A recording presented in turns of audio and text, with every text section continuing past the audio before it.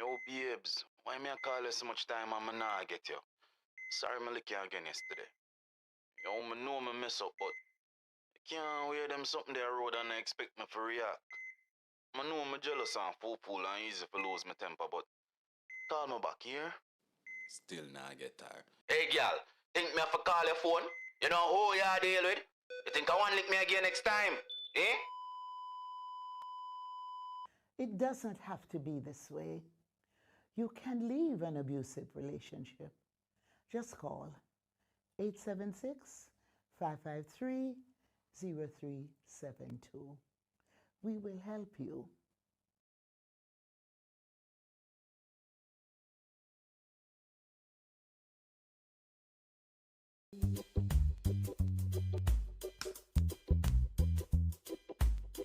From seed to sail, Jamaica's future grows through innovation. Introducing Export Jamaica, a global market intelligence and compliance gateway that connects your effort with global opportunities and makes international trade easier, safer, and more convenient for Jamaican businesses. Powered by the Jamaica Trade Board Limited, Export Jamaica is designed to position your products competitively and guide you through international trade. Find high-demand international markets. Gain access to trade analytics that guide your business decisions. Identify and engage with potential buyers. Know your costs up front. Trade confidently. And keep your exports safe and secure. Through Export Jamaica, you can discover all there is to know about exporting and grow your business sustainably. From the processing of your goods, to packaging and shipping, to seeing your products reach international shelves and enjoyed by customers abroad, Export Jamaica provides the market intelligence and insights behind each step, helping you identify demand, understand export pathways, and unlock financial growth. Say hello to a prosperous future. Visit tradeboard.gov.jm/Export Jamaica to sign up today. Expanding Jamaica's reach, empowering our people. I wonder who that somebody be. No, sir. Let me look for my glasses. Oh, that somebody look like Rice up. It's Lottie walk on. Me glad for see you, Roy. Although things never go on for you, America, me glad to see you there. Yeah. Lift your head high. Yeah. Stay out of trouble. Yeah. And you can have a fresh start back home. All right, Mr. V. Thanks, you hear? Let's all work together for a fresh start back home. The following is brought to you by the Office of the Prime Minister. Zoom in on the nutrition facts. It there in the table on the side of the back. You fi check out the servings, just do the maths. Not taking too much, finger below the facts. Zoom in on the nutrition facts. It there in the table on the side of the back. Take note of the sodium, the sugars, and the fats. 5% or less in the on the right track. You fi zoom in on the nutrition facts. It there in the table on the side of the back. Vitamins, minerals, and vitamin 2, 20% and more. That good for you. You fi zoom in. Check the nutrition facts. You fi zoom in. Check the nutrition facts. You fi zoom in. Check the nutrition facts. Less sugar, less salt intake, and less fat. You fi zoom in. A message from the Ministry of Health and Wellness, Jamaica Moves, the Heart Foundation of Jamaica, the National Health Fund, and Japan. Peace is a choice we make every day. When we come together with love and understanding, we create a future free of violence and fear. Let's stand united, build bridges, and nurture hope for our children and our communities.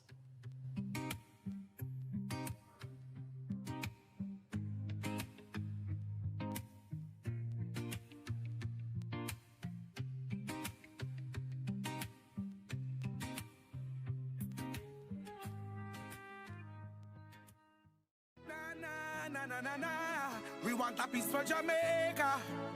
Yeah. We have to be our brother's keeper. Yeah. Jamaica live good, yeah. I make we enjoy life. What we feel safe at night. Jamaica live good. I better you and I. No say we future bright. Jamaica live good. Come together as one. I make the violence the world. Immerse yourself in the power of the Word. PBCJ brings you Word Power, Sundays at 6 a.m.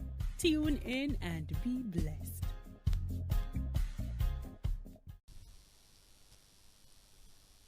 Hello, boys and girls. Welcome to another exciting grade 3 math lesson.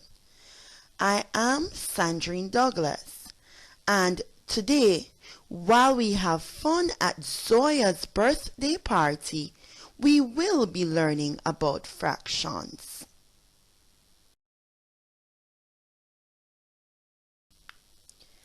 At the end of today's lesson, you will be able to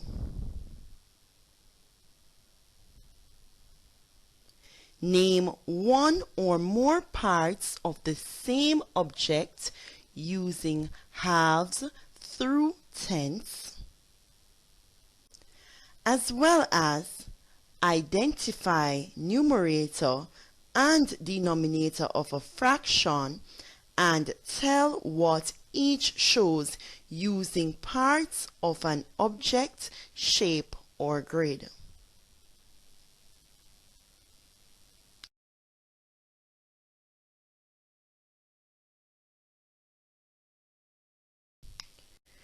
Before we get started, let us take a look at the meaning for fractions. A fraction is an equal part of a whole. So, how about we get started? Zoya is having a birthday party next week.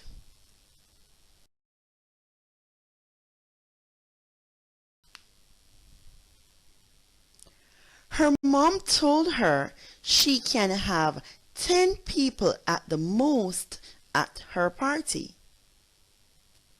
She told her that the cake will be shared equally based on the number of persons at the party.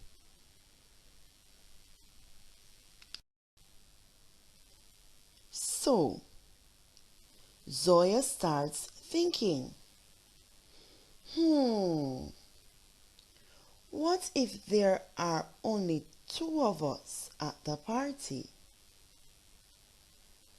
Then my cake would be shared into 2 equal pieces. What fraction does that represent? Can you tell me?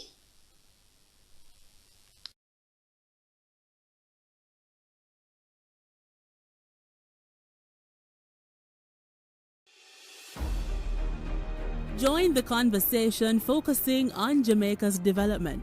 Tune in to the post-cabinet press briefings. Wednesdays live at 9 a.m. with a rebroadcast at 9 p.m. right here on PBCJ, the People's Station.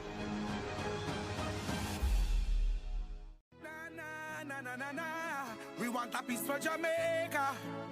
Yeah. We have to be our brother's keeper. Yeah. Jamaica live good, yeah. I make we enjoy life. Want we feel safe at night. Jamaica live good. I better you and I. No say we future bright. Jamaica live good. Come together as one. I make the violence the world. Yeah. What can a little germs do?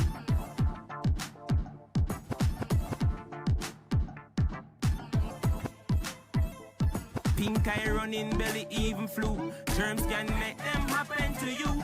Put germs on our manners with these. Cover your mouth when you cough and sneeze. Always wash your hand with water and soap. Keep dirty hands from your eyes and your nose and your mouth. You don't want to be sick, take care. Practice every day, no germs around here. A message from the Ministry of Health.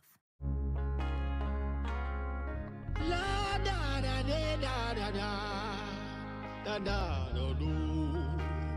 Da da da da da. Here is a real story I bring to this festivity, and I want everybody to come and listen to me. Man from Kingston come to Mobay, a young girl and him like how she stay. Her teeth kinda scatter and some out of place. Her body look good, but not in her face. Man chat her out and take her to town and buy teeth, put in her mouth. But this is the rule. The young man said, if baby I love you today, though your mouth are for you, but your teeth are for me, girl. So if you ever cheat, you have to give me back me teeth. Your mouth are for you, bam bam. The teeth are for me, girl. So if you ever cheat, you have to give me back me teeth. Hey! Now look at how this woman ungrateful man gonna work. She invite her next bull. Long time we are till him answer 9 milk. But him love her so much him stick with her still. Him decide to come home early one evening. And what is her heart attack almost reach him. Seems she forget all the rules that he made. Is either she foolish or just playing brave? I say your mouth are for you, but your teeth are for me, girl. So if you ever cheat on me, you have to give me back me teeth. Me say your mouth are for you, bam bam, but them teeth are for me, girl. So if you ever cheat, you have to give me back me teeth. No one ever want you until I have you. No one ever see you until I saw you. Me nah fatten fold for mangoose. So if you ever diss those teeth, you will lose. It better you try to humble yourself and stop behaving like buckle on shelf. Any man who wants smile and grin with you, tell him to buy new teeth and give you, cause your mouth are for you, mama.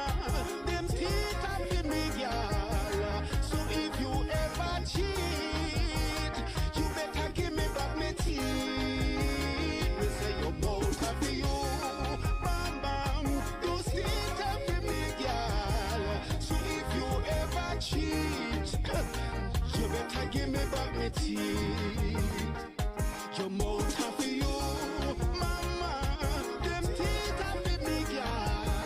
So if you ever cheat, you better give me back me teeth. You can call me, take it back. Your mouth are for you, mama. Your teeth are for me, girl. So if you ever cheat, you better give me back me teeth. I saw your mouth are for you.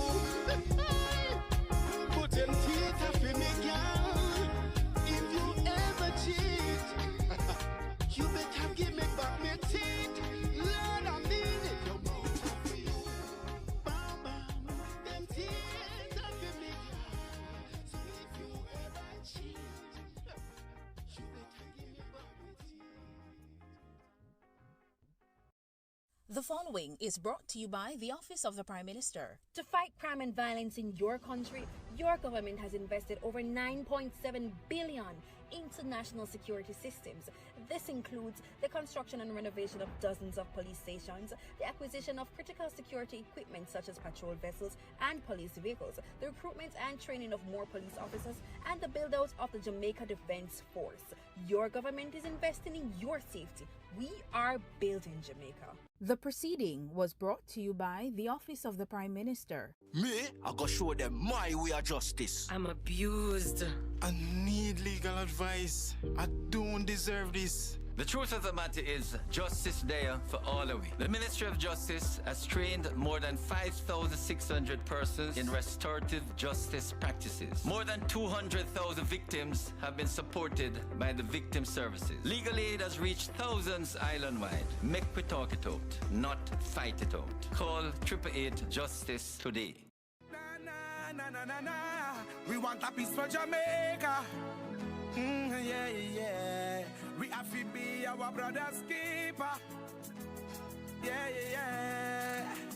Jamaica live good, yeah. I make we enjoy life. What we feel safe at night. Jamaica live good. I better you and I. No say we future bright. Jamaica live good, yeah. together as one and make the violence the one. Overtake and bring back everything. Bask in the awesome Word of God and the life-changing experience of fellowship. Bask in the revival time, 8 a.m. on Sundays, right here on the People's Station.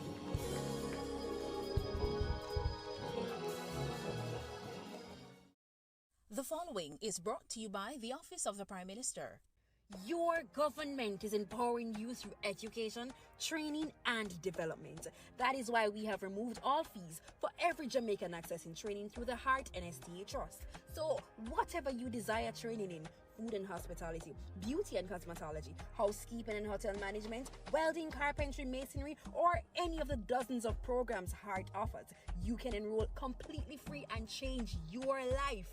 We are building Jamaica. The proceeding was brought to you by the Office of the Prime Minister. What is the role of a backbencher in government? I'm glad you asked. They're members of parliament who are not appointed to cabinet. So they sit in the back of the legislature and they apply pressure. They examine what government legislates, participate in parliament debates, raise issues and advocate and question chamber when things don't look straight. Backbenchers represent the constituents in parliament. Backbenchers oversee the interests of citizens, you and me. But how can they be agents of government accountability after them no hold no portfolio? And them and a minister? No. So then how can they facilitate government transparency? And the next thing, them and a front bencher. So how them affect me? You see, a lot of work is in committees. So these portfolio-free MPs with less dire responsibilities are more accessible to you and me. So they help with policy, but it helps if we engage them, you see. So they're not just in the back benches, but on the ground, in the trenches. Though in the back of parliament, we're at the front of their cause. So pause. Find your backbencher at jampja.org.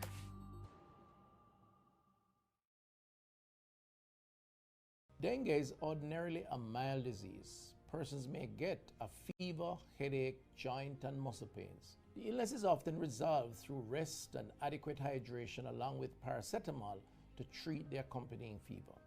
However, on occasions the illness can progress to severe dengue, which can result in organ failure, bleeding and severe fluid depletion that can lead to shock and even death. Therefore, it is important for persons who are experiencing fever, vomiting, severe abdominal pain, bleeding under the skin, feeling very weak, or getting confused to seek immediate attention. Let us work together to protect ourselves against dengue. Yo, babes, why me I call you so much time and I not get you? Sorry me lick you again yesterday. Yo, me know me mess up, but I can't wear them something there road and I expect me to react. I know me jealous and fool and easy to lose my temper, but call me back here. Still not get tired. Hey, girl, think me have to call your phone? You know who you deal with? You think I want lick me again next time? Eh?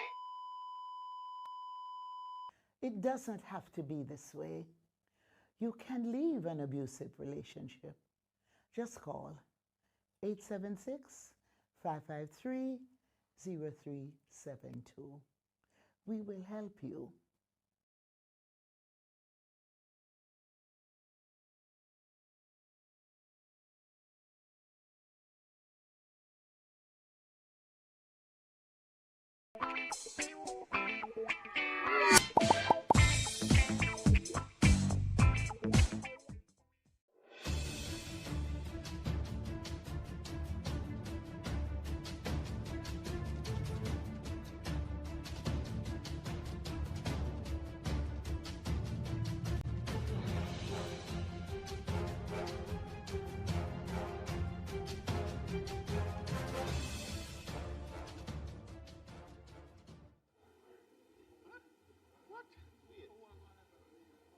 Bring some calm over here,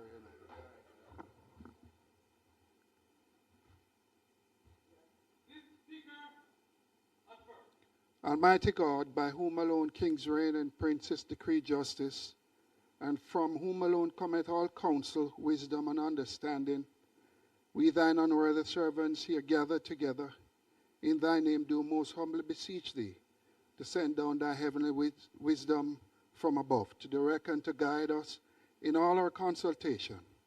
And grant that we have thy fear before our eyes, and laying aside all prejudice, private interest, prejudice, and partial affection, the result of our counsel may be to the glory of thy blessed name, the maintenance of true religion and justice, the safety, honor, and happiness of the king, the public weal, peace and tranquility of the island, and the uniting and knitting together of all the hearts of all persons and estates within the same, in true Christian love and charity, one towards another, through Jesus Christ our Lord. Amen.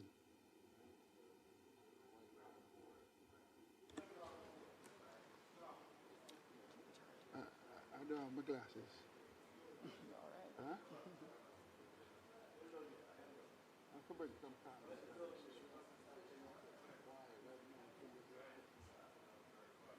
I don't have my glasses.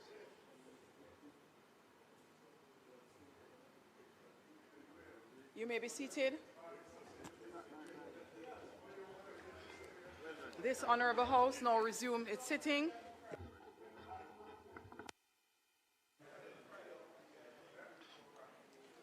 It's my pleasure to welcome all to the sitting of the Honorable House of Representatives for today, Tuesday, July 7, 2026.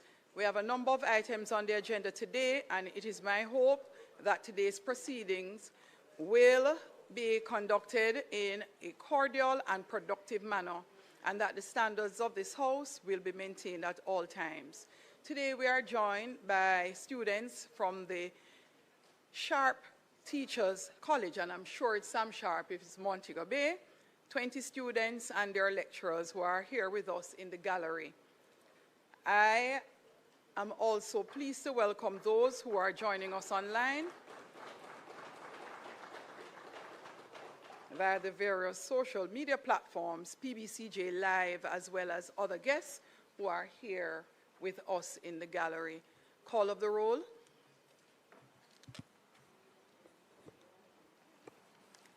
Mr. Clark, Mr. Green, Dr. Holness, Dr. Chang, Mrs. Williams, Mr. Bartlett, Ms. Grange, Dr. Tufton, Mr. Mackenzie, Mr. Montague, Mr. Vaz, Mr. Chuck, Mr. Charles Jr., Mr. Morgan, Ambassador Marks, Mr. Samuda, Dr. Wheatley, Mrs. Cuthbert Flynn, Mr. Terry Long, Mr. Whittle, Mrs. Dalrymple Filbert, Ms. Morrison, Ms. Lee, Mr. Donovan Williams, Mr. Main, Ms. Crawford, Mr. Delroy Williams, Ms. Hamilton, Mr. Sivright, Ms. Sazan, Mr. Brown, Dr. Brownberg, Mr. Buchanan, Mr. Bunting, Ms. Burchell, Dr. Campbell, Mr. Cousins, Mr. Crawford,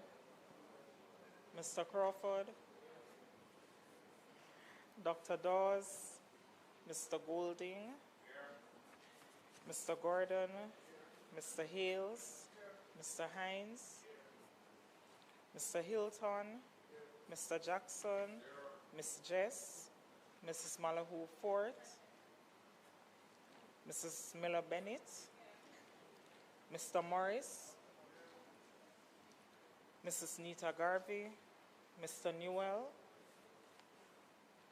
Mr. Paulwell, Mr. Phillips, Ms. Perkis, Mr. Robertson, Mr. Robinson, Dr. Russell, Ms. Shaw, Mr. Smith, Mr. Dwayne Vaz, and Mr. Warmington. Thank you, Madam Speaker.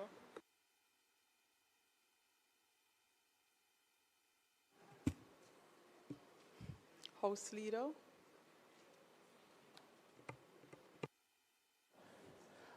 Thank you, Madam Speaker. We will go through the agenda. Thank you, House Leader. Statement by ministers. Madam Speaker, today we will have two statements, and we will start by a statement from the Minister of Finance.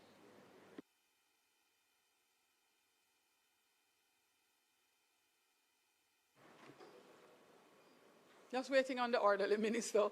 Please make welcome to her feet our Minister of Finance and the Public Service to make her statement.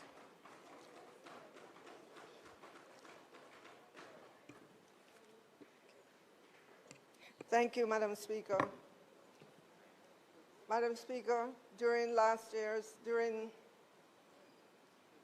the budget presentation, I told Jamaica's MSME businesses that we would broaden access to our local capital markets by supporting the Jamaica Stock Exchange in developing a micro-market to help MSMEs raise equity capital through formal market channels.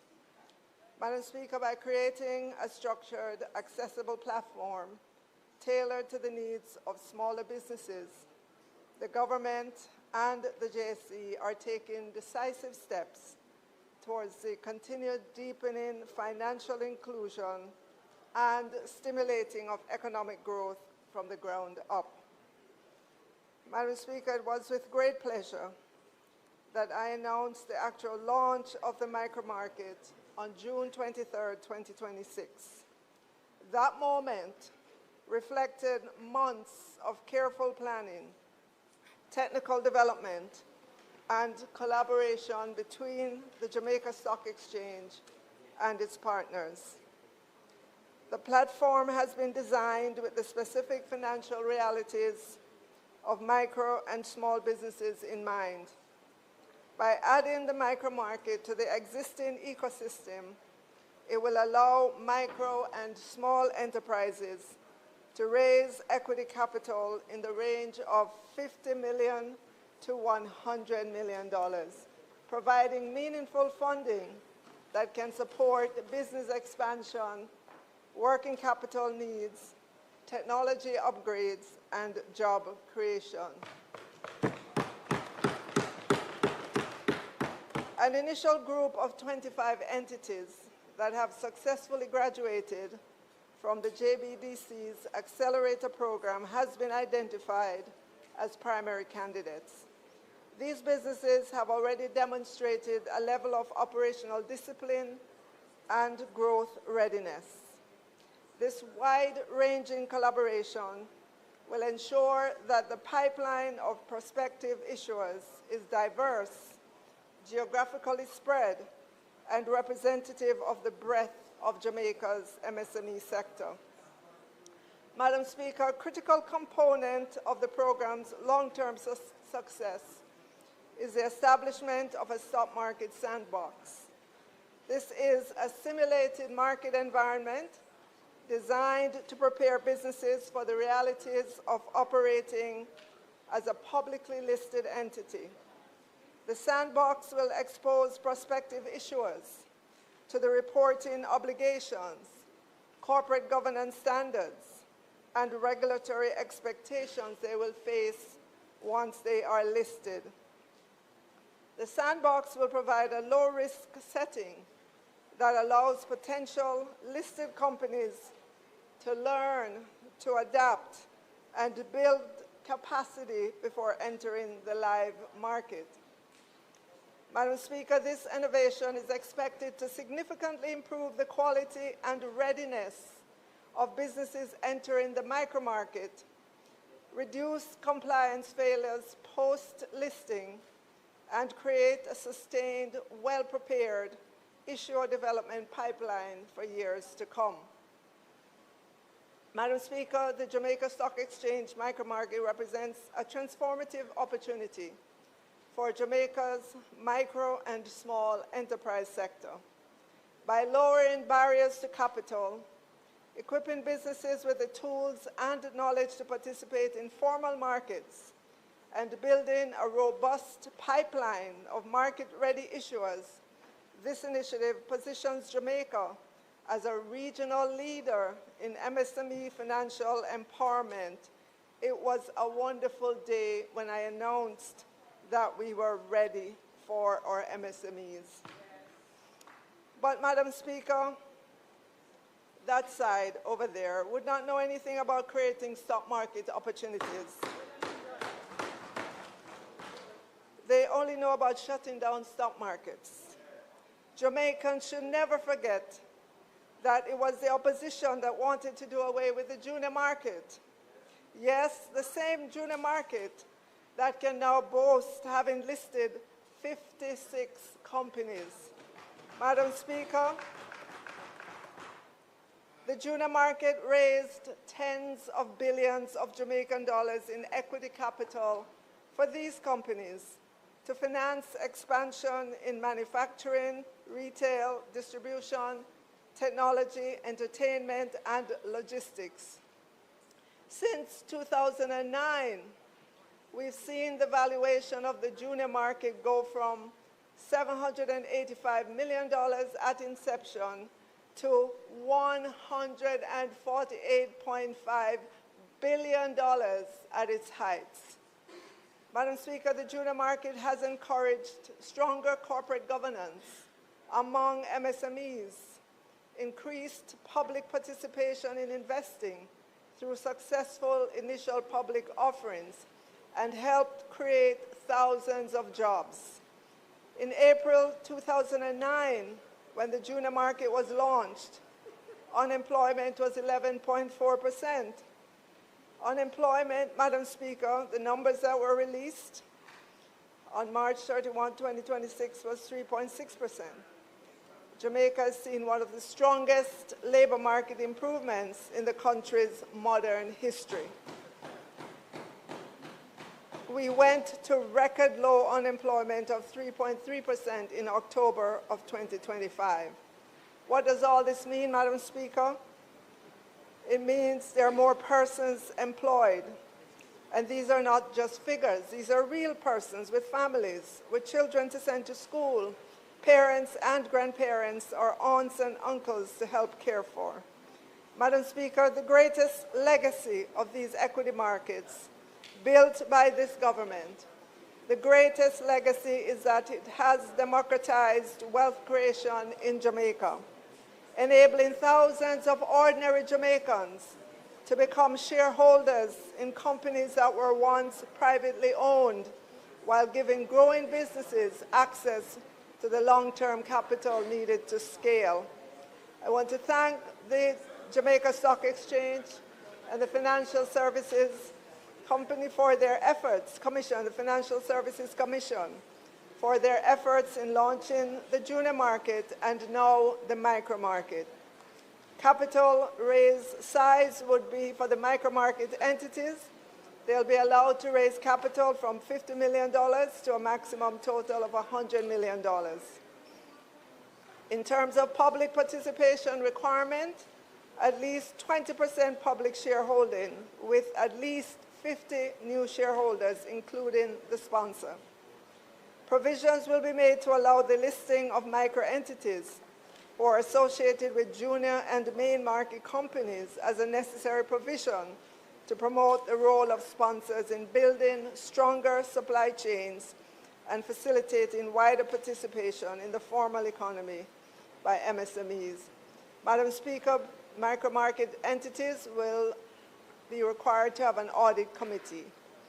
Micro-market entities will be required to file semi-annual audited within 60 days, 12 months audited statements within 90 days, and annual reports within 120 days of the year end. Micro-entities will be required to transition to the junior market once they reach a capital threshold of the $100 million. Let me also commend the main Jamaica Stock Exchange market, which was incorporated in August 1968 and began trading on February 3rd, 1969. It was launched during the administration of the Most Honorable Hugh Lawson Shearer-led government At that time, the Honorable Edward Siaga was Minister of Finance and Planning, and he championed the establishment of a formal securities market to mobilize domestic savings, provide businesses with access to equity capital, and deepen Jamaica's financial sector. Following that, in 2009 was the launch of the junior market to further mobilize domestic savings. That was the JLP's man-of-yard, Honorable Audley Shaw. This was the stock market that might not have been had the voters not sent this government to Parliament. Madam Speaker, the micro-market is not merely launching another market. We're launching a new chapter in Jamaica's economic story. Years from now, when we look back, I know that the launch of the micro-market will be remembered as the day we decided that wealth creation should not be reserved for the few, but made possible for the many. May the micro-market become the birthplace of thousands of Jamaican success stories, creating jobs, building wealth, strengthening families, and advancing our nation, one entrepreneur, one investor, and one bold idea at a time. Thank you, Madam Speaker.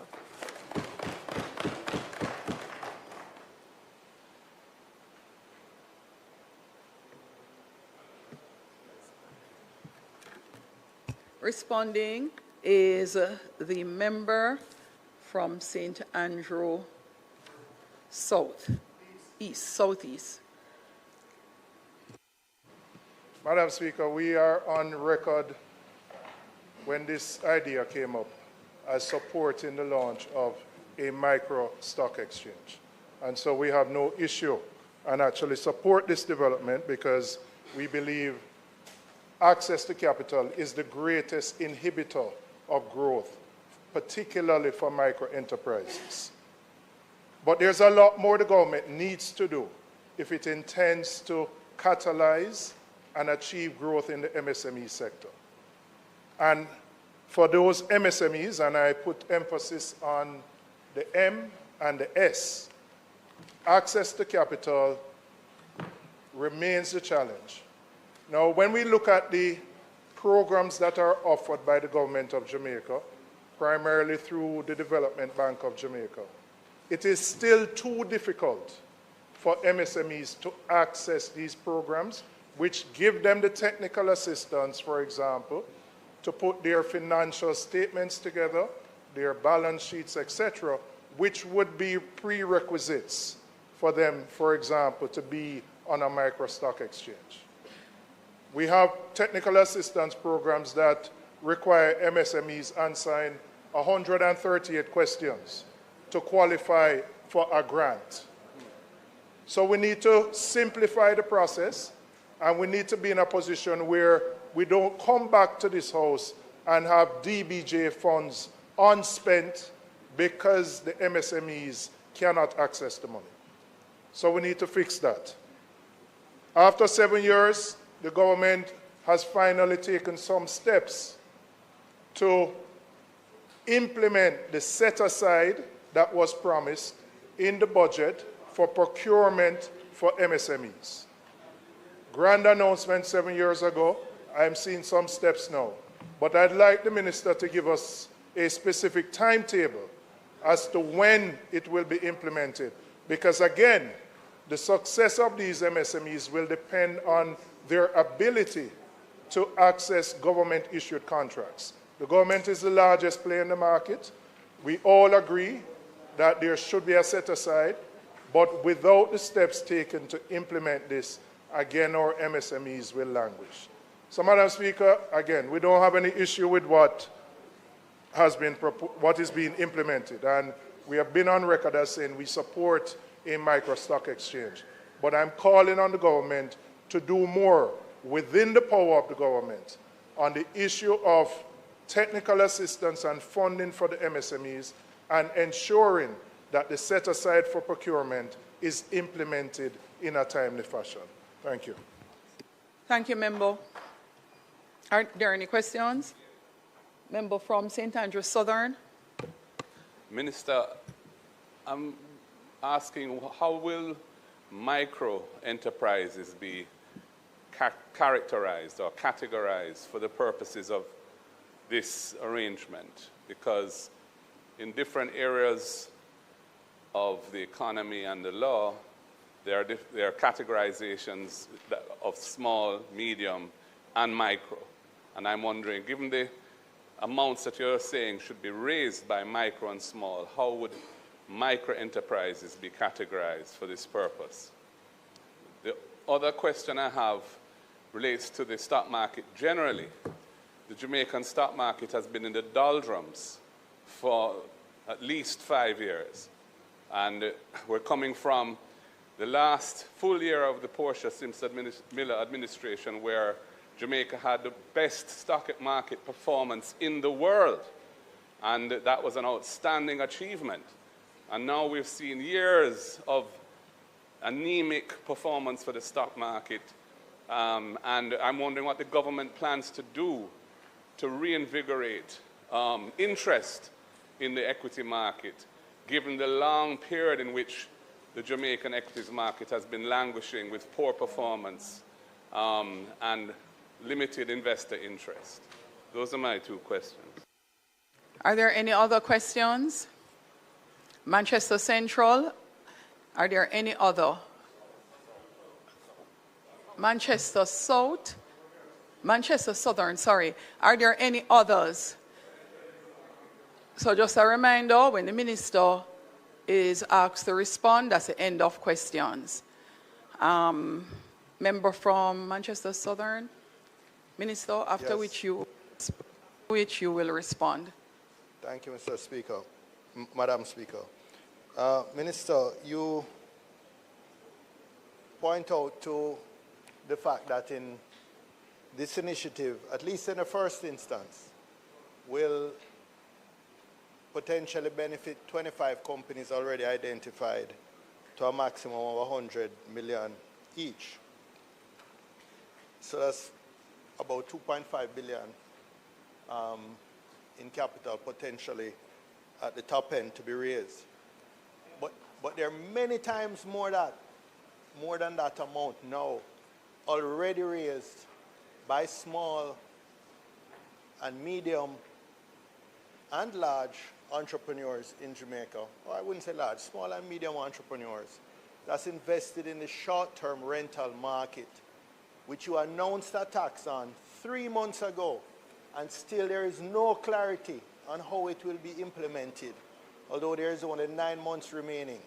We heard you were meeting with the GHTA recently to clarify for them, but fine for the big hotels, but the thousands of investors in the short-term rental market are still left in limbo, and they represent a much bigger amount of capital than we're talking about with this micro stock market.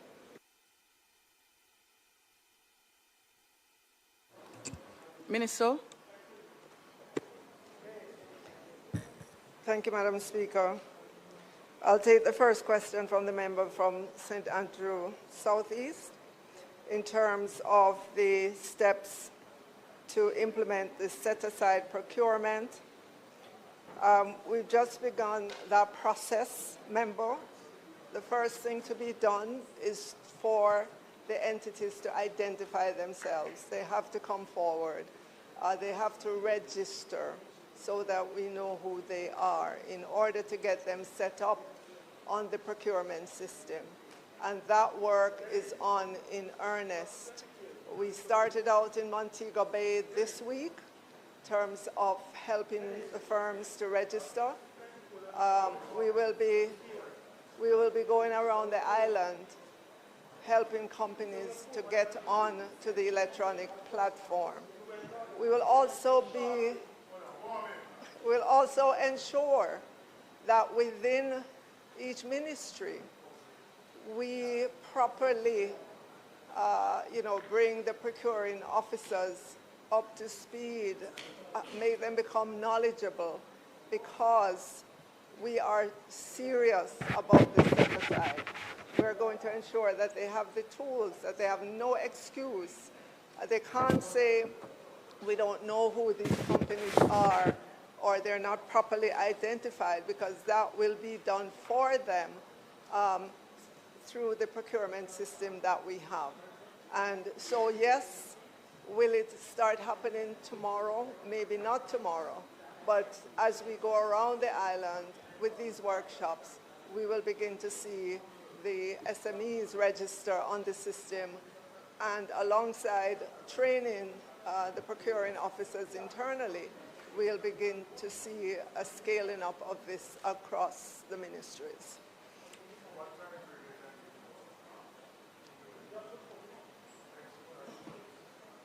Right, so in terms of the implementation, that has begun.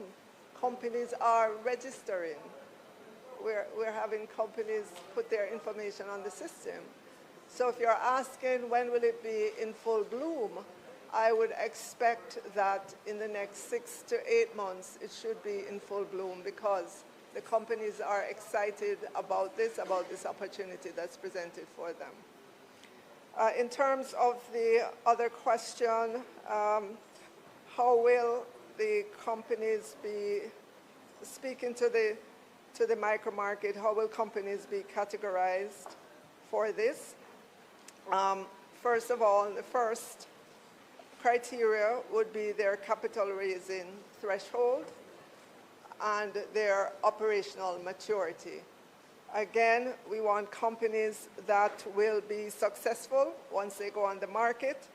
That is why the JC is also having the sandbox, so that companies that are interested, but they might not be at the operational maturity just yet, they might not have everything in place, they'll be able to use the sandbox to really see how it works before they're able to graduate into the micro market.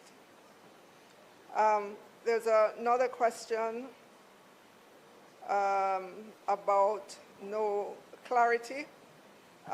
There will be clarity. That is why we gave time before implementation of the measure that was tabled in Parliament, member.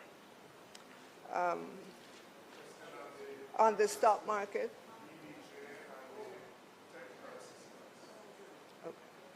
So I would have to get that information from DBJ as to what is their capabilities right now, how can they further scale up that program, and I don't have the answer right here as to their go forward, but I know that there is a need for greater levels of technical assistance to companies on a lot of different fronts, and we are willing to support that with more resources going forward.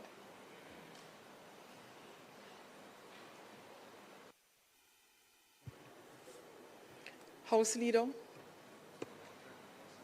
Madam Speaker, we move to the next statement.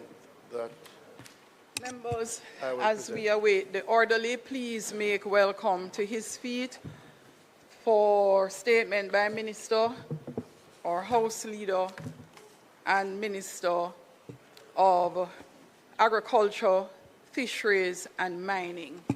Members. Thank you, Madam Speaker. Madam Speaker, for decades, Alpat has been one of the anchors of the Jamaican mining sector and one of the most important economic engines in Western Jamaica. Yes, it will be distributed. No.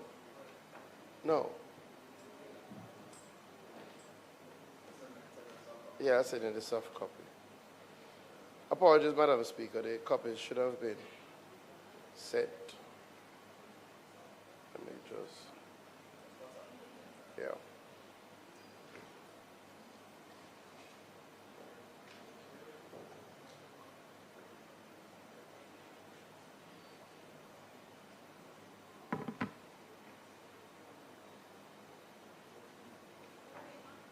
All right, so I ask the members, it will be provided in short order. And I'll send you a WhatsApp, Member Powell. Its operations have supported generations of workers, contractors, transport operators, small businesses and families across many communities, including Nain, Milesville, Junction, Malvern, Santa Cruz, Littis, and parts of southeastern St. Elizabeth and southern Manchester. Madam Speaker, when Alpat operates, the impact is felt far beyond the gates of the refinery. Shops benefit, transport operators benefit, service providers benefit, farmers and small businesses benefit, and entire communities benefit from the economic activity generated by its operation. It is for this reason that the reopening of Alpat is a central priority for this government and formed a major part of my trip to China recently.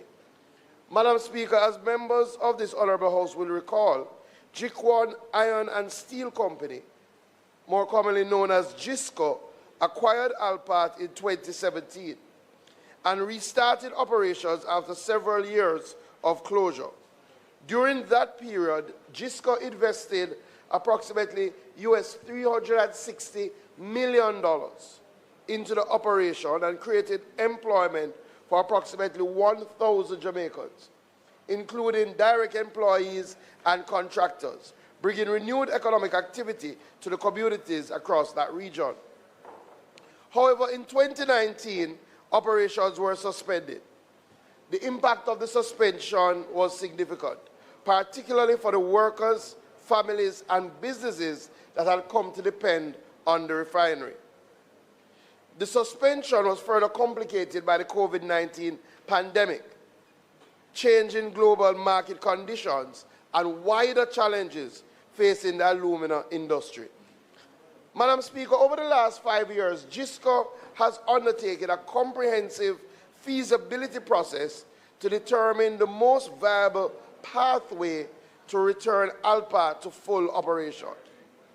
JISCO's technical teams assessed the existing plant, examined the investments required, reviewed modern technologies, and visited other jurisdictions to study approaches being used internationally to improve efficiency, reduce costs, and modernize alumina production. Following that process, Madam Speaker, JISCO has now determined the path forward for the reopening and modernization of Alpat.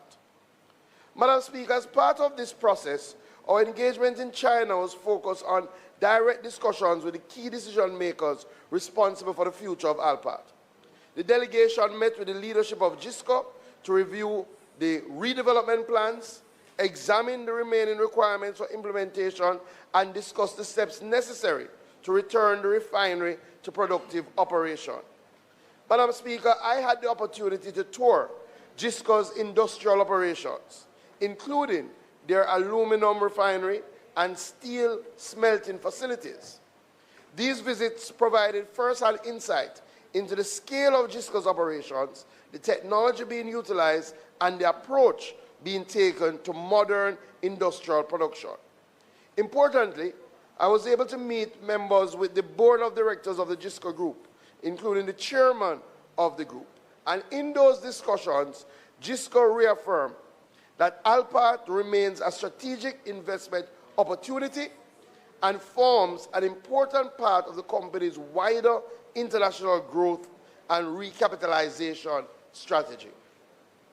Madam Speaker, I express Jamaica's appreciation for the investment that has already been made, but I was equally clear about the disappointment and frustration experienced by the workers, the communities, the stakeholders who have been waiting for years for the restart of the operations of Alpat. For the people of St. Elizabeth and surrounding communities, Alpat is tied to generations of work, enterprise, and opportunity. A matter that the member and my state minister from Southeast St. Elizabeth is very familiar with, having been the longest serving member on the Alpat Community Council.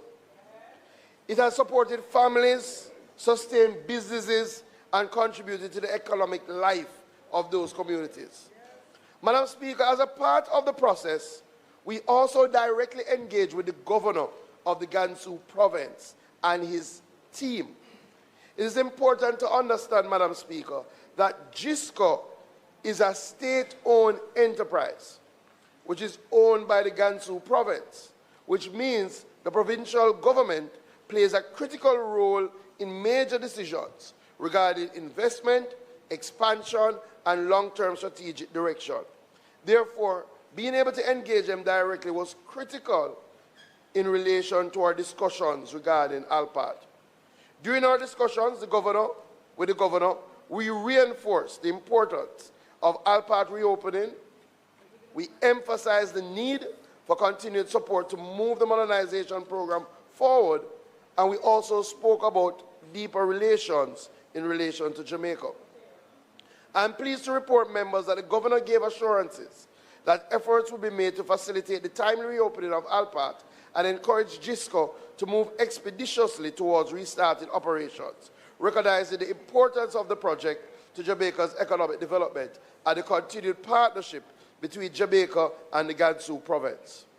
Madam Speaker, arising from those engagements, GISCO has now written to me and has confirmed that following our visit and its extensive feasibility process, it will proceed with a two-phase modernization program for the ALPAT refinery. Madam Speaker, the objective is to restore ALPAT as a modern, competitive operation and a major player in global alumina production.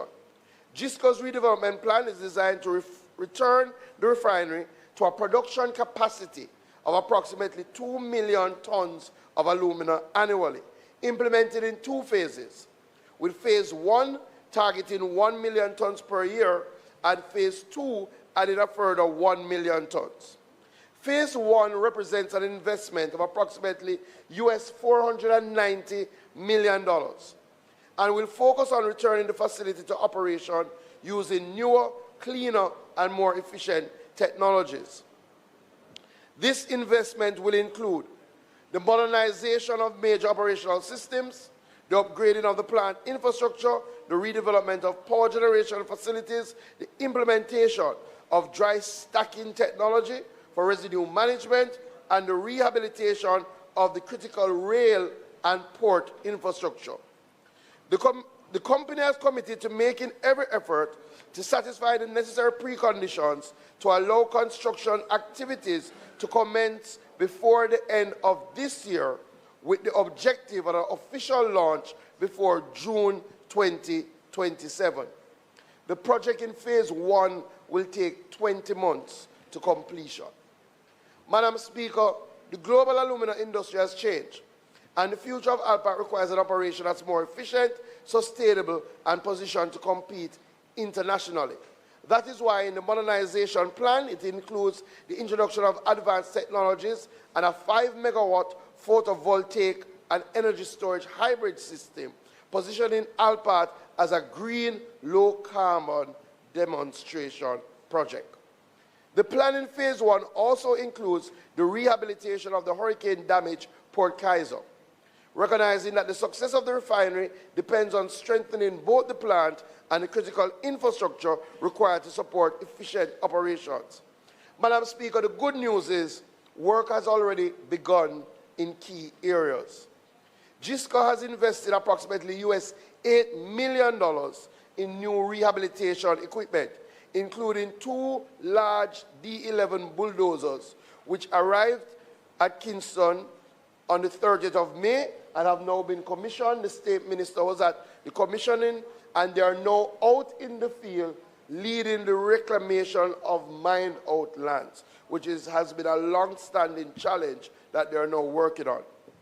We have also advanced discussions on a long-standing issue of land titles for relocated residents. GISCO has advised that approximately 1,233 titles were required, with approximately 350 already completed. We're going to do another 50 during the course of this year, and then there's going to be an acceleration of the project utilizing the systematic land titling initiative. Madam Speaker, securing adequate bauxite reserves was also a critical part of the discussion. GISCO has indicated that approximately 149 million tons of bauxite reserves are associated with the lands currently being pursued, which would support the long-term viability of the refinery operations. So, Madam Speaker, in closing, I'm very happy that our discussions in China have led to some positive outcome. Jamaica values the partnership with GISCO, but we also recognize the urgency of action. After years of uncertainty, there is now renewed commitment, a defined modernization program, a clearer pathway towards returning this important facility to productive operation. Madam Speaker, this government made a commitment to the people of Jamaica that we would pursue every avenue to see Alpat return to operation. We went to China, we engaged decision makers, we secured a clear path forward, and we are closer now more than ever before to seeing the reopening of Alpat, to once again drive growth, jobs, and opportunity for our people. I thank you, Madam Speaker.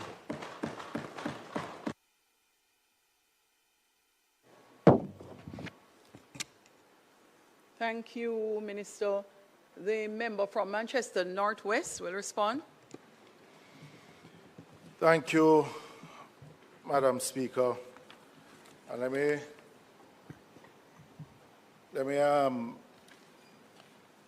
say I hope that the Minister had a safe trip, and I see that he is back.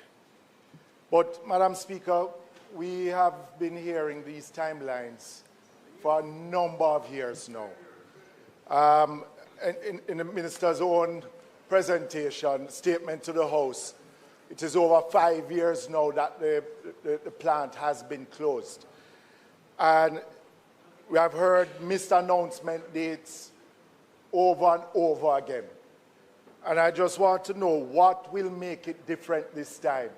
Because if it is just a satisfaction that GISCO has sent 2 large earth movers here, bulldozers as the Minister described them, as easy as they send them, they can send them back out and they can be parked. But, Madam Speaker, I mean, we on this side hope that this time around that GISCO will act on the commitment that they have made. But I want to ask the Minister, if GISCO misses the next deadline that they have committed to, and I would have hoped that it wouldn't have taken the Minister and the administration 5 years to really hold GISCO to book on this one. But what action will be taken by the administration if GISCO misses the next deadline? Because we have been getting miscommitments from them over the last 5 years. Minister, I think that you have been a little bit soft on the industry itself, not just GISCO, but the industry itself when it comes to land reclamation and land titling. It is something that I think that we have discussed, not only in this last sectoral presentation, but I remember my sectoral presentation last year, the whole issue of land titling and land reclamation, and you made a commitment that you would deal with the issue, especially of land reclamation, and that you would come to the House with some amendments to the legislation that governs it in dealing with the issue of land reclamation. But the main issue is what will be the action of the administration if GISCO misses the next deadline. And, you know, they say better late than never. But I am happy to know that the Minister decided to go to China in this instance to get a commitment. But I am not firm that this commitment holds any water until we actually see some action taking place at GISCO. So, Minister, my few words on that, but just the issue on what will the action be next is one that I would love to hear from you. Thank you, Madam Speaker. Question from Manchester Southern. Any other members with questions? Any other? All right. So next will be the member from Kingston East and Port Royal, and finally the member from Clarendon Western, after which the minister will respond. No, call him first. So Manchester, the first would be Manchester Southern, and then Kingston East and Port Royal, and then finally Clarendon Southwest. Oh, your mic was on first.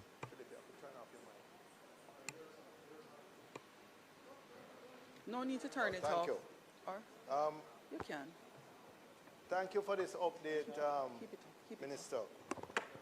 You mentioned in your speech that Manchester Southern is one of the constituencies that's most affected by, could you help me with it, Madam Speaker? This one doesn't seem very well. Thank you. You mentioned in your statement, Minister, that Manchester Southern is one of the constituencies that has been most affected by Alpart's mining and refining activities and related activities. And in particular, I welcome the fact that we may see some action in terms of the accelerated reclamation of mined out lands, because I think this applies almost exclusively to the Manchester Plateau and southern Manchester. When you answered questions in this House about 6 to 9 months ago related to Jamalco, and they are not observing the law in terms of reclaiming pits within the time provided, you said you had a zero tolerance for non-compliance with the time set out for reclamation, and that your mining department had assessed Jamalco for fines. I don't remember the figure off the top of my head, but there were substantial fines. Can you give an update on whether those fines have been applied? Question one. Secondly, can you give an update on what is the status of fines for Alpart, who have much older mines that have not been reclaimed or rehabilitated? And can you give an update on that? Third is with respect to the 1,233 titles that are required.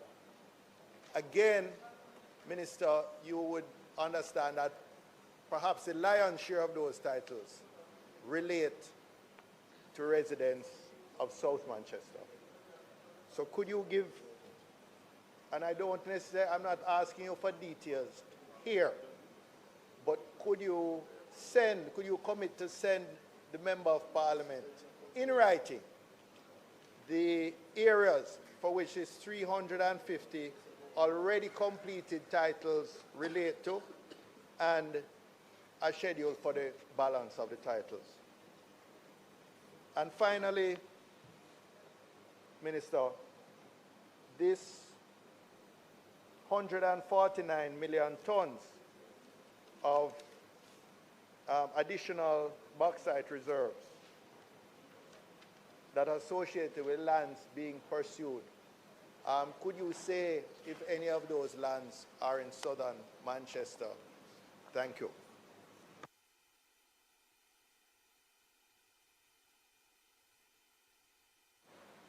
Member from Port Royal, Eastern Port Royal.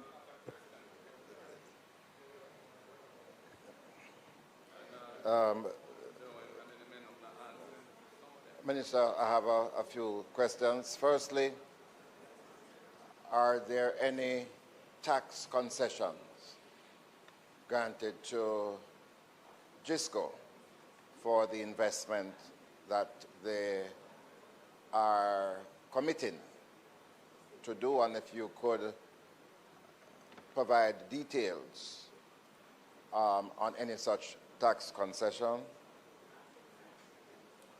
there has been a problem with dust in the southeast St. Elizabeth constituency. Have you reached an accommodation with GISCO to resolve that dust problem for the people of that area? You mentioned that there were two D11s that were imported. My understanding is that the D11s are for land reclamation and not mining. So if you could just clarify that. Finally, did you reach any accommodation in relation to the use of the waste, the residue, for further processing? You have mentioned that you are committed to processing for rare earth. Was that a part of the discussions that you had?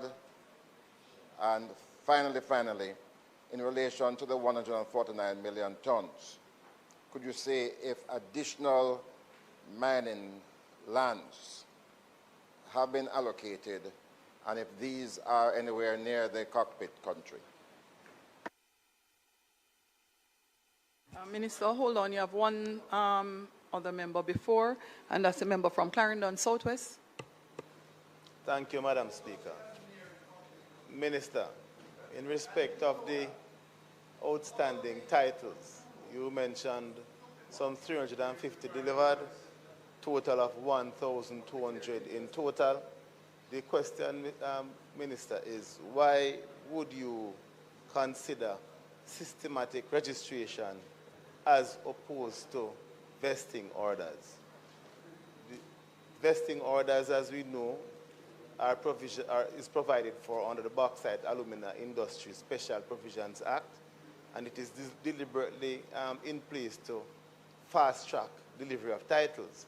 So could you explain the rationale for choosing that route as opposed to vesting orders? Bearing in mind, Minister, that there are several communities, not only in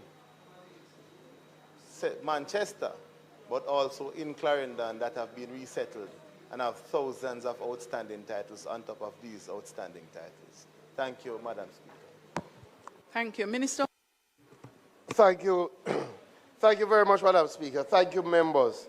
I'll start from Clarendon Southwestern and work my way back to the opposition spokesperson. So, members, not either or. We are using vested orders as right now. In fact, I signed some last week. And we have been using vesting orders for a little while now. But the sort of speed that I thought the vested orders would have brought has not really materialized, right?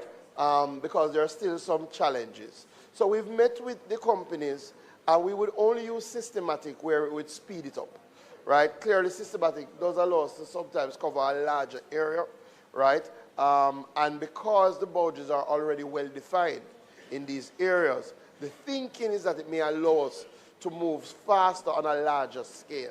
But we're not abandoning the vesting order system. We're still doing it now. What we're trying to see is how can we speed up? Because, again, as you know, a number of these people have been waiting on their titles for decades, for generations. But good question. We'll continue on that trajectory. To the member from Kids Studies Eastern and Port Royal, a couple of questions. So, no, there is no contemplation of any bauxite mining in the cockpit country or close to the cockpit country at all.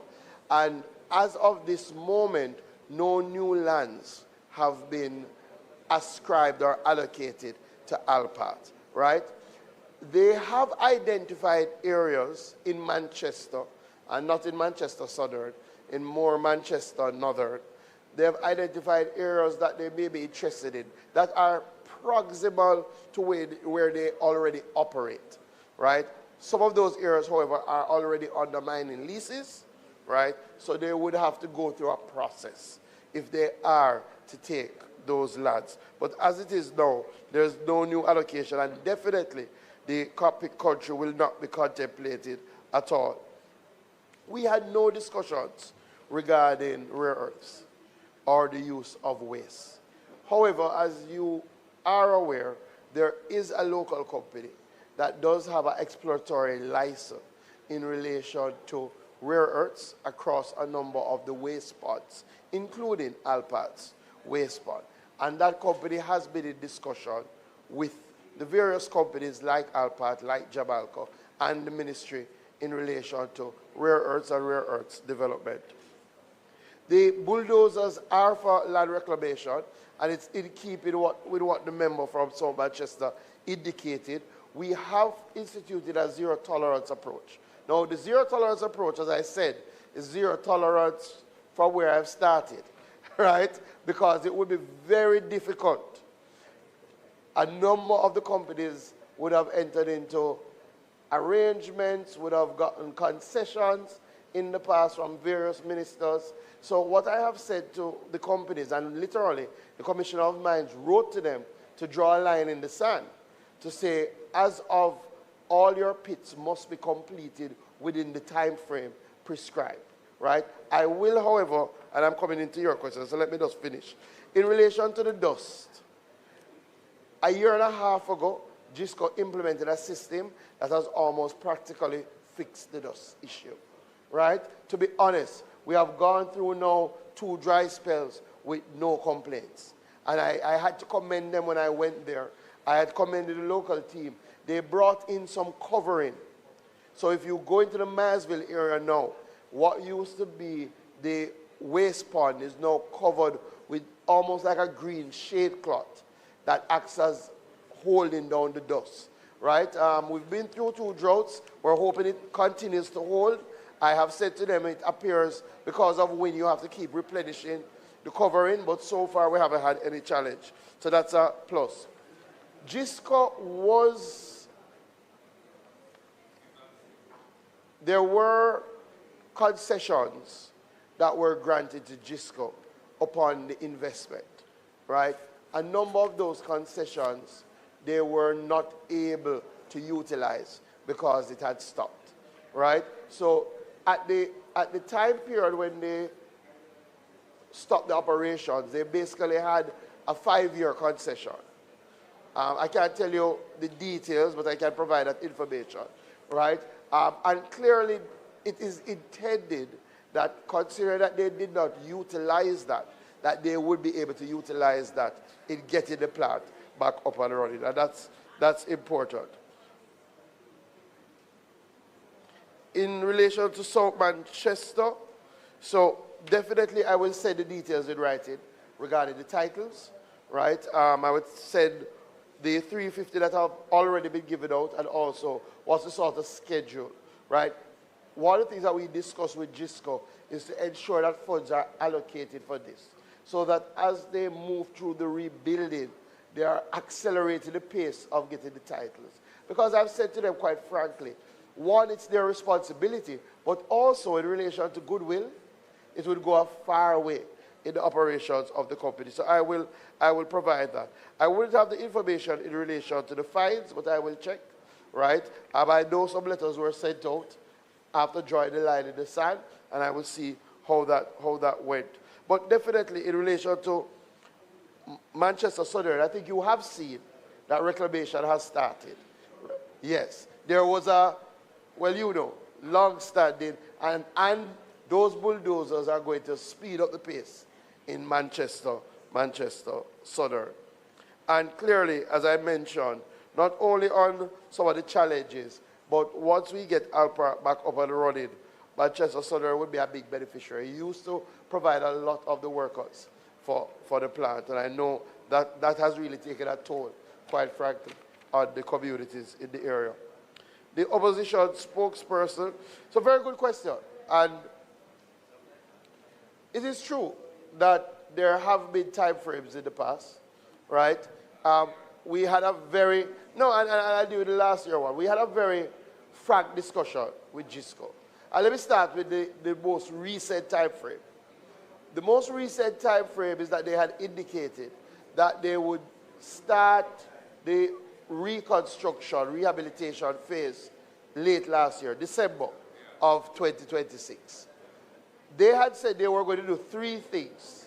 They were going to do a comprehensive asset verification, which they would hire about 300 people.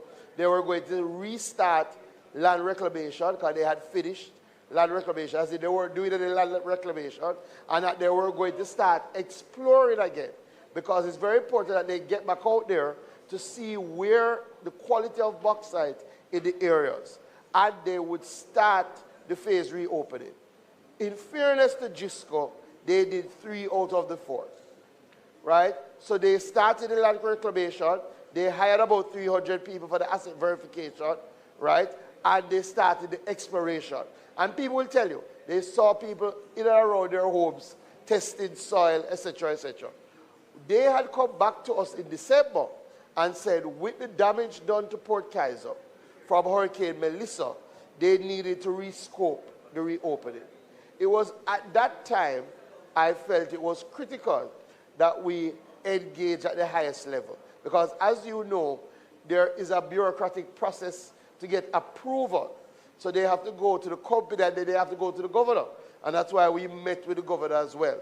So I have been back now probably about 2 months. But I waited until I got their confirmation in writing in relation to their timelines and what they plan to do. So we don't have that. The question is, what action can we take? 2 things. Well, clearly, GISCO would have purchased Alpat. So I think we have to be clear about that. That was a company-to-company transaction. They own the plant. However, the plant can't operate without reserves, without mining leases, and without mining licenses. And those still lay in the purview of the Minister of Mining and of the government. And I have been very clear with them. The truth is, we are now at a stage where I'm very sure other companies are very interested in existing mining leases. That's the stage of our bauxite industry. So they appreciate that if they don't act now, they may be unable to act at any other time. So we do have some levers that we can pull. And I disagree with you wholeheartedly. I think the record will show that the most reclamation and the speed of the reclamation has increased under our stewardship. I think the record will show that the speed of the land titling has increased under our stewardship, right? We have actually been a lot tougher on those items than before, right? And we're seeing the benefits. With that said, it's a long road to go, because unfortunately, most of these titles, they are not new. In fact, since I've been minister, no community has been relocated for bauxite mining. All of these relocations happened decades ago. So while a lot is happening now, we have a lot to catch up on. So with that said, members, I know that we all want to see the action. And this announcement, while I'm very happy for it, I'll be happier when Minister Whittle and I and the Prime Minister can go to the formal launch of the reopening of Alpat. And I think all of us here should come. That is when we will again see. Before the next, I will say that. Anyway, thank you, members. Thank you, Minister. Announcements?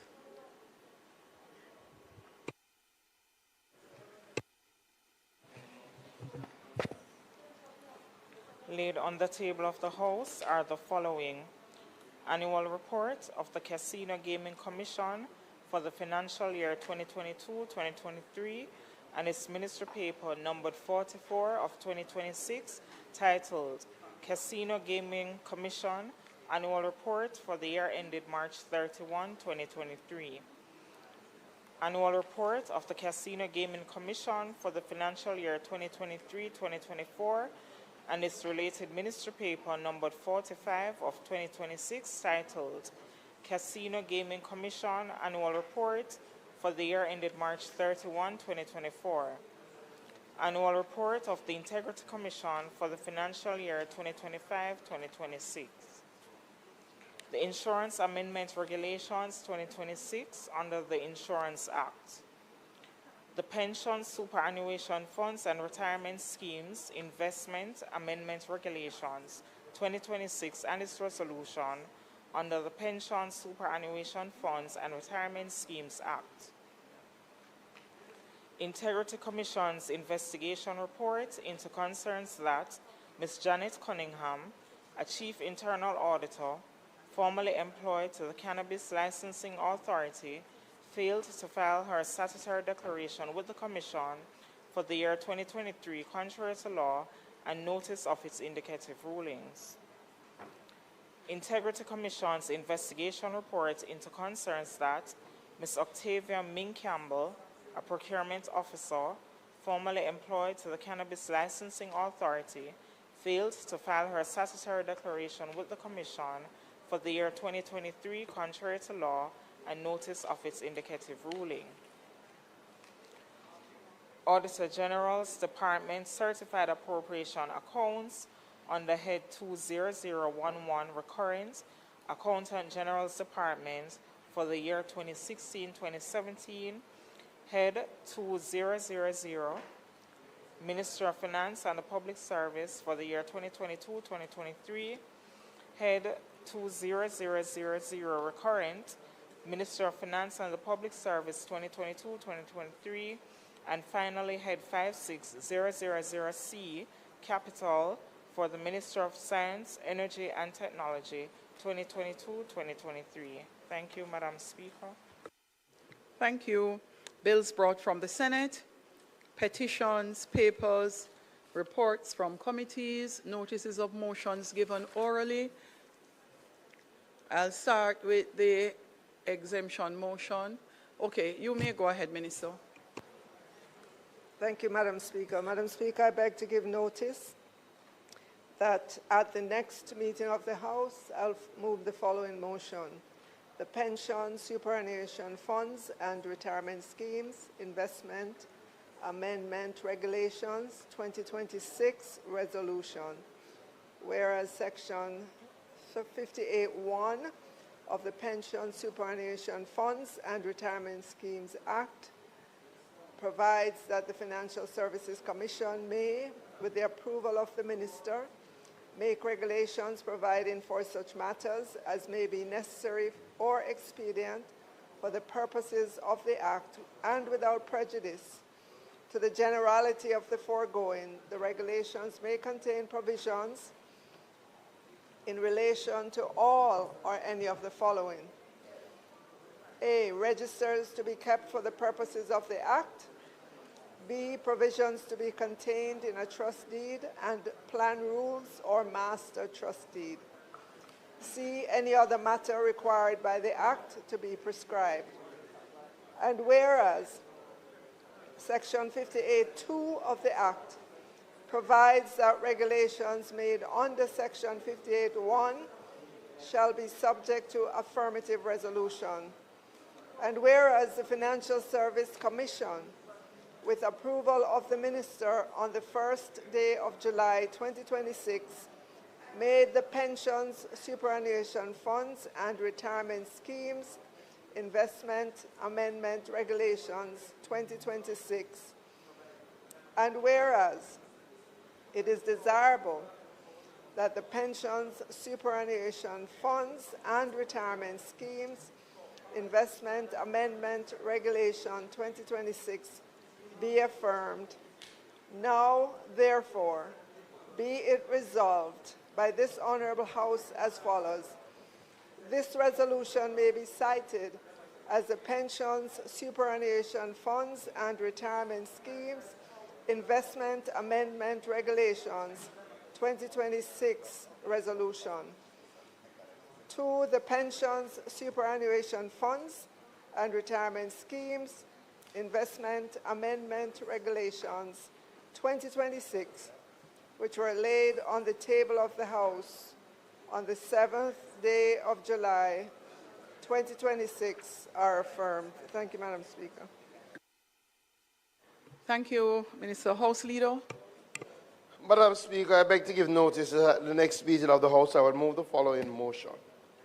Whereas subsection 1G of section 41 of the Constitution of Jamaica requires a member of this Honorable House of Representatives to vacate his seat if any firm in which he is a partner or any company of which he is a director or manager becomes a party to any contract with the government of Jamaica for or on account of the public service, or if he becomes a partner in a firm or a director or manager of a company which is a party to any such contract, and whereas the Member of Parliament for Manchester Southern is a shareholder and or director and or manager at Proven Group Limited, its subsidiaries and associated companies, and whereas these entities may from time to time enter into contracts with the government of Jamaica and its affiliated agencies, and whereas the member has disclosed his interest in these entities, be it resolved that this motion be referred to the Ethics Committee of the House of Representatives for consideration and report. Madam Speaker, I further beg to give notice at a later stage today, I will move for the suspension of the standing orders to enable me to take this motion. Madam Speaker, I beg to give notice that at the next meeting of the House, I will move the following motion.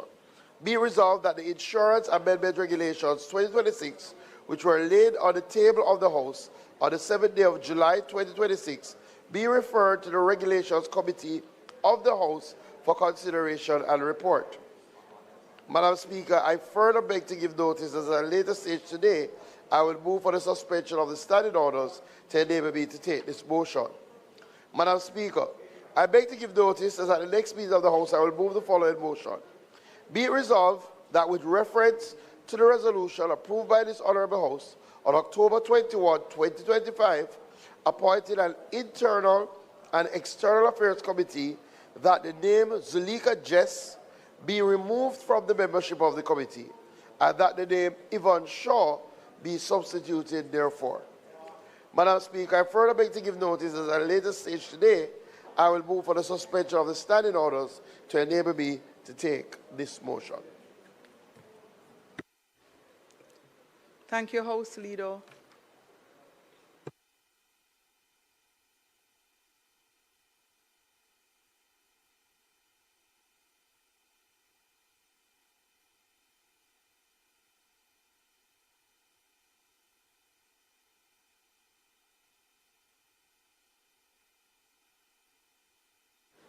No. Yes. Questions and answers to questions. Time being. Madam Speaker, with the time being 3:42, I now move that the House be allowed to answer questions at this time. Those in favour? Aye. Those against? The ayes have it. Member Paula? Madam Speaker, I just got a memo from the Minister of Energy, who is quite appropriately recognized that I need to give approval. He is not well, and he therefore has promised to have the questions answered next week. So as a reasonable member, I am acceding to his request.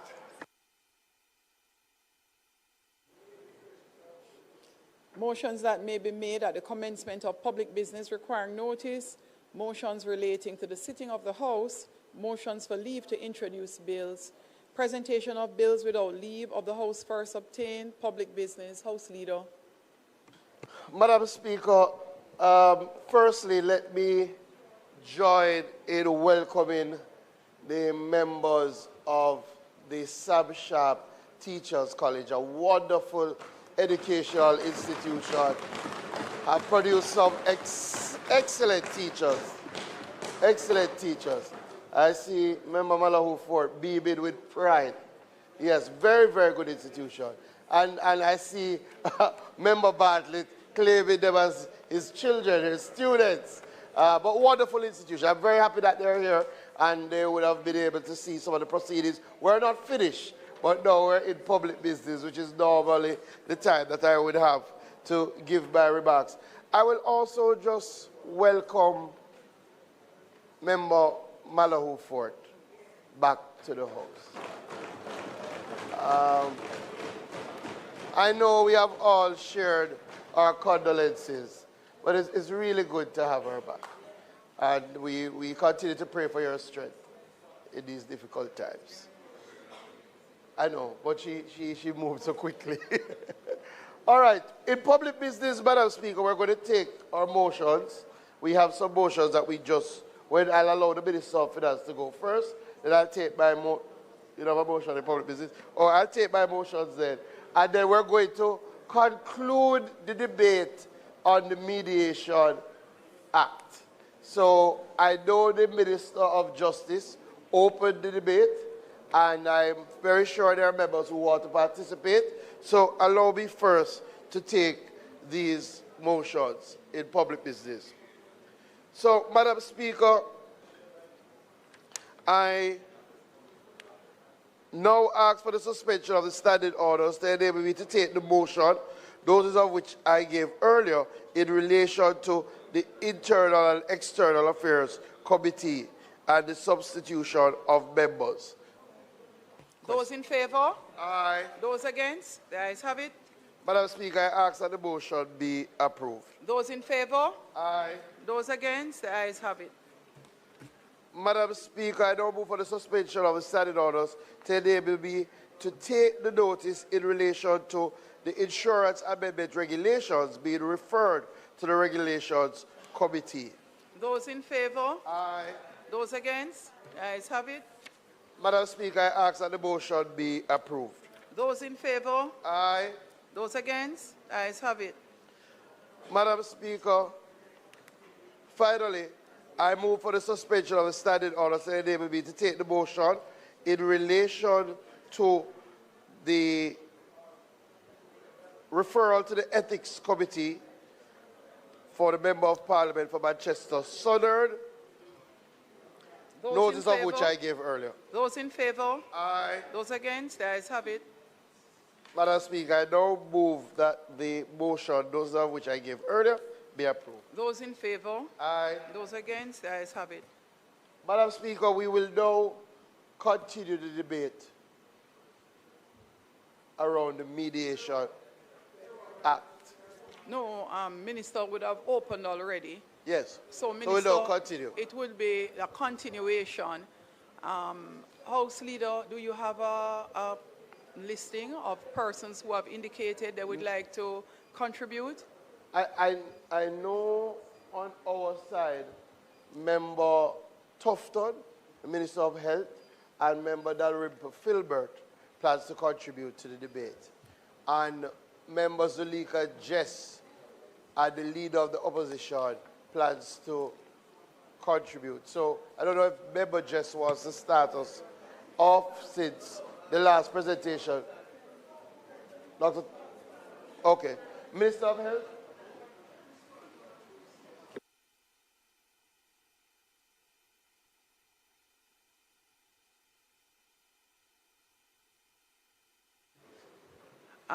We will first take, rising to his feet to make contribution to this debate, the Minister of Health and Wellness. Minister Tufton, could you turn your mic on, please? Make him welcome.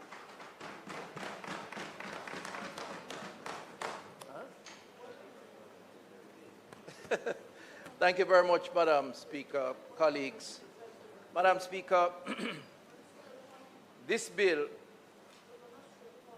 the Mediation Act 2026, is very important from a health and wellness perspective, and it is in that context that I rise to support the public health imperatives and offer full support, and indeed to commend the Minister and Minister of State and his team for putting this bill together and advancing it in this House.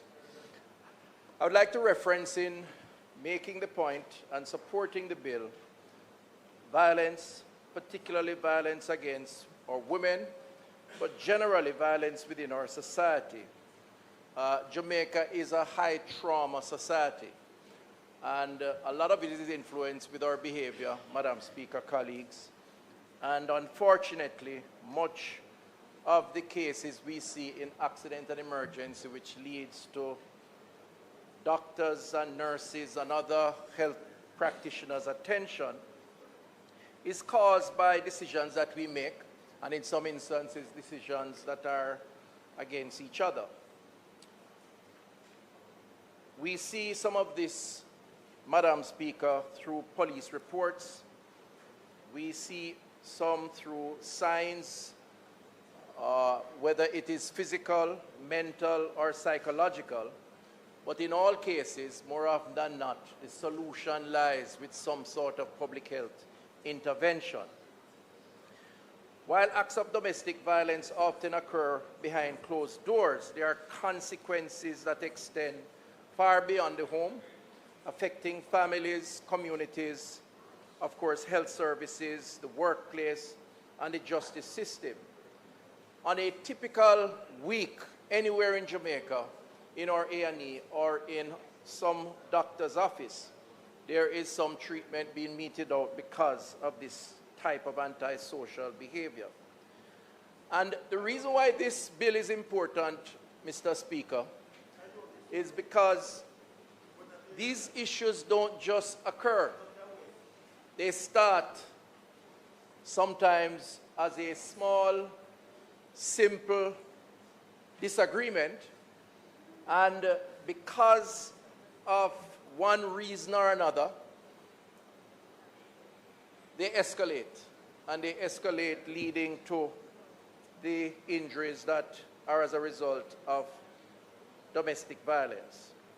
So what may be a minor disagreement, whether it is over possession, intimate relationships, relationships generally, children, or otherwise, these unresolved disputes do escalate, and that's the history, unfortunately, of our community and our country. And the data supports that.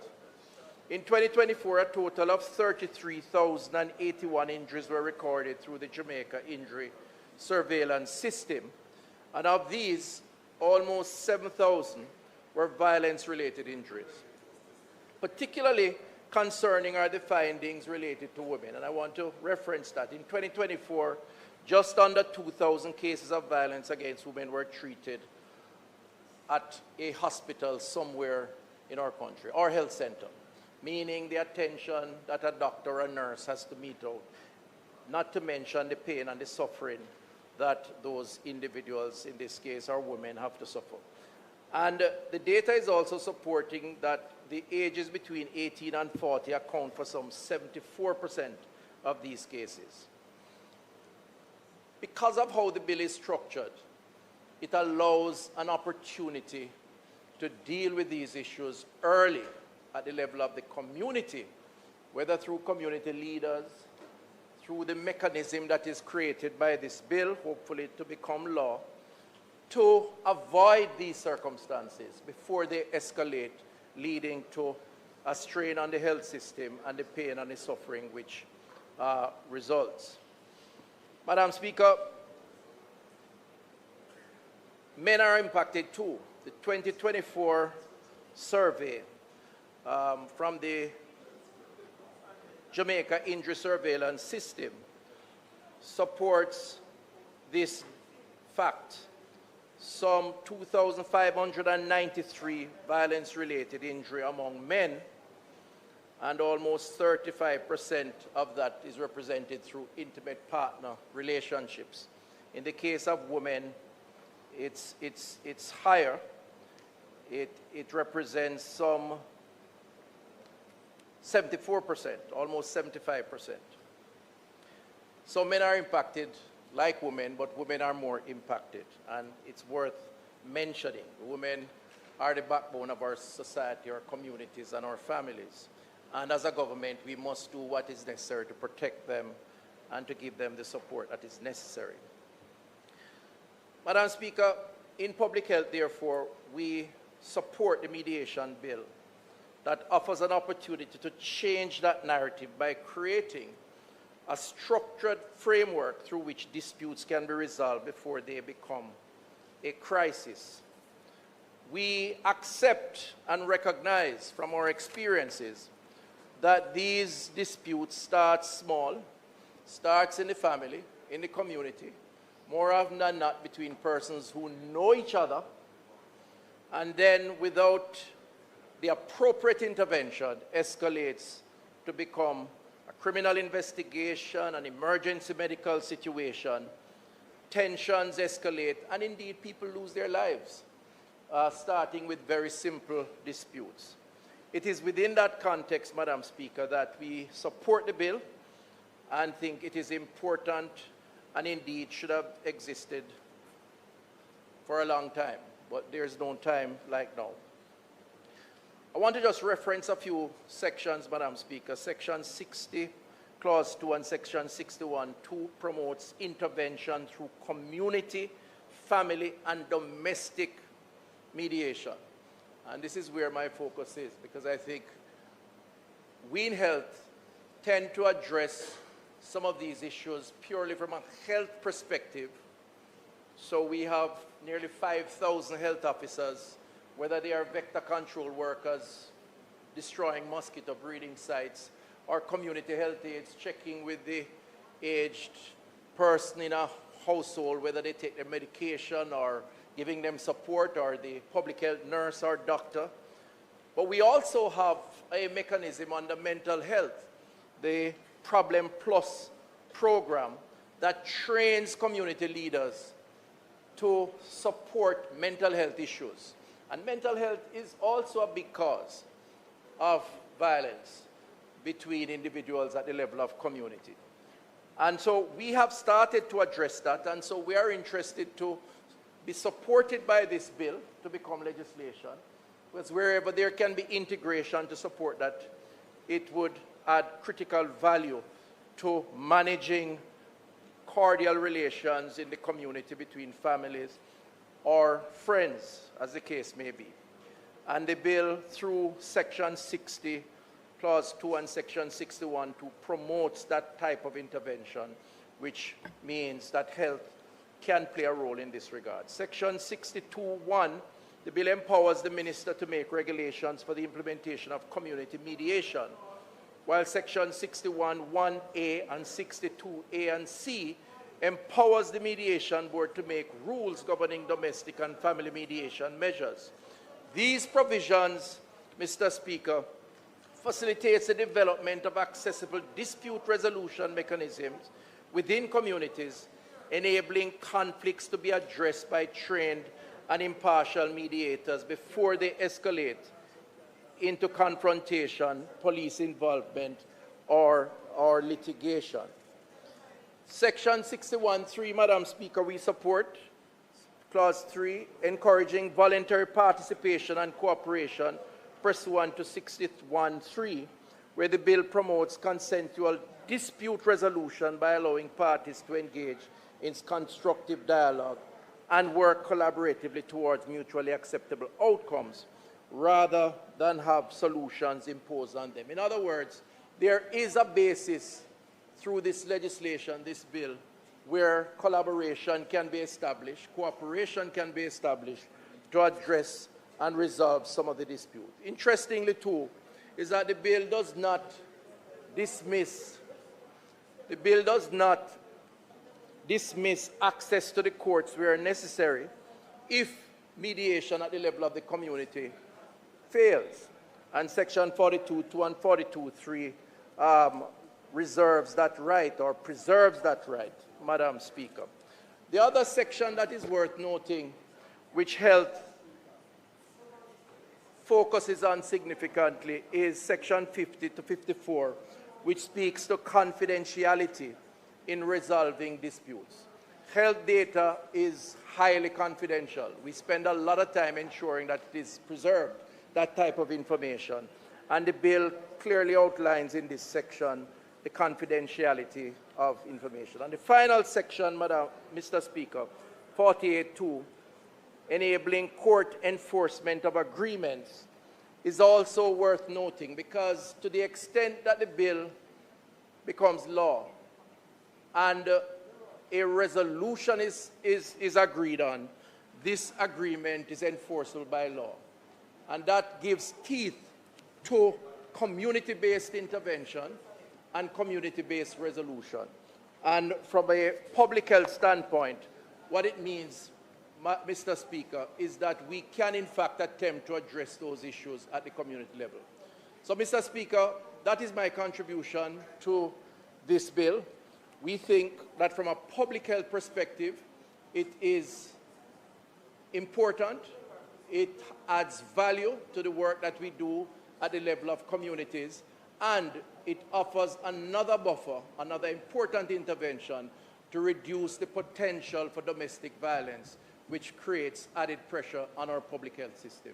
Mr. Speaker, thank you very much.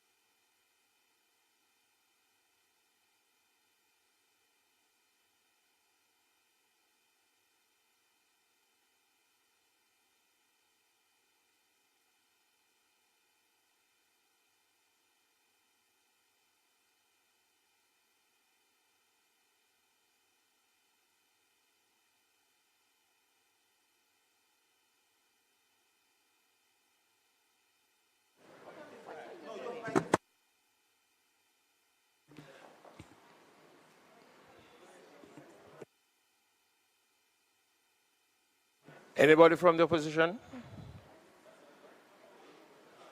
I mean, they indicate long time. The member from St. Elizabeth Northeastern.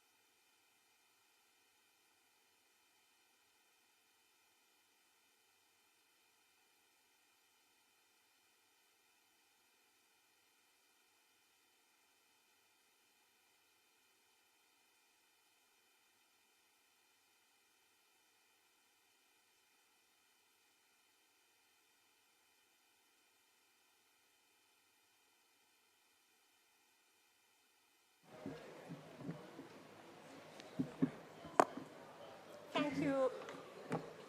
Thank you, Mr. Speaker. Mr. Speaker, on this side, we welcome the mediation bill and approach this debate today with a view to actually see how best we can contribute towards strengthening the bill. And I see the member from Northeastern St. Andrew looking at me quite keenly. And so I wish to make it clear, Mr. Speaker, that our intent and our approach this afternoon is not to obstruct, but rather to construct or reconstruct in some cases. Mr. Speaker, we understand and we share the view and the vision articulated by the Minister. We agree that mediation is indeed an ideal course of action to heal the wounds that divide our society. We note that this bill actually goes extremely far, not just deals with mediation here at the local level, but also encompasses international mediation. Against that background, it is important that we view this bill, Mr. Speaker, with a critical eye and to see how best we can lend our various expertise into making this bill as robust and strong as we possibly can. And so against that background, I trust that the House will be minded to view my suggestions and my recommendations in the spirit in which it is intended, Minister. And I start with the interpretation clause of the bill. At page 4, clause 2 speaks about, forgive me, Mr. Speaker. Clause 2 speaks about an individual who is habitually resident in Jamaica being permitted to access mediation under this particular bill. And I'm referring to the section that defines domestic mediation. Domestic mediation is actually defined as relating to a dispute arising out of a legal relationship where a party is habitually resident in Jamaica, amongst other things. My suggestion is that we should amend this particular clause to substitute ordinarily resident instead of habitually resident. And my position, Mr. Speaker, is very simple. In legal terminology, as the Minister would know, the test to establish whether an individual is habitually resident in Jamaica is a much stricter legal test that needs to be satisfied, as opposed to where an individual is simply required to be ordinarily resident. And the truth is we have a number of Jamaicans who divide their year into living here in Jamaica for part of the year and another part in another jurisdiction. By this definition, we would be precluding and excluding those categories of Jamaicans from being able to benefit from this act, or rather from this bill, because we are insisting that they must be habitually resident in Jamaica. And so my suggestion, Mr. Speaker, is that the word habitually resident be amended to instead reflect ordinarily resident, and that can be carried over into a similar provision at page 5, clause B, which also makes reference to habitual residents. My rationale is the same. Secondly, at clause 11.2, I'm not sure if there was an oversight or if it is that we intend to embark on a course that is being pursued by some more modern or advanced democracies. But I note that we have created a summary offense at clause 11.2, but the penalty is only stated as being a fine. It doesn't include what should happen in default of payment. And we do understand that not everybody will have the funds to pay $1 million. And so I'm of the view, Mr. Speaker, that it is good practice, Minister, and we've traditionally done this in our legislation where the default prison term is actually included in the specific act.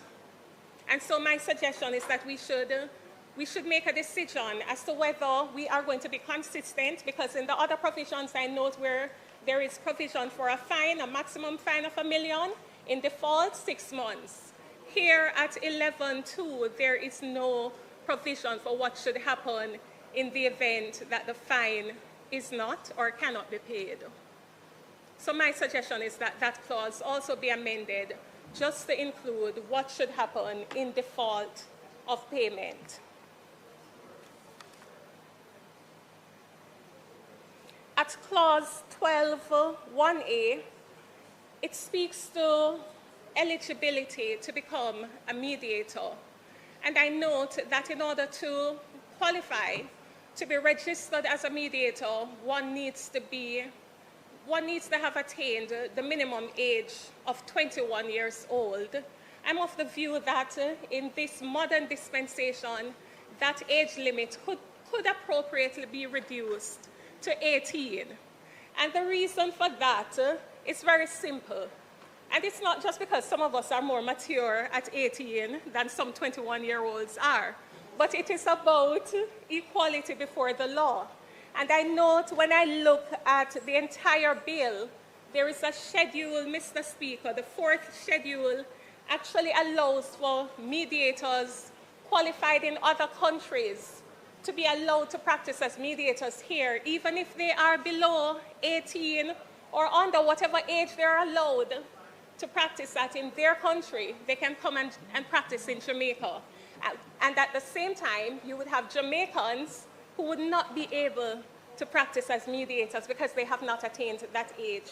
So as a matter of equality before the law, and also if we are looking at seeing how best we can assist, especially those younger ones with employment opportunities, this is a nice way to transition them into formal employment. And so my suggestion and recommendation is that we reduce the age from 21 years old to 18 years old.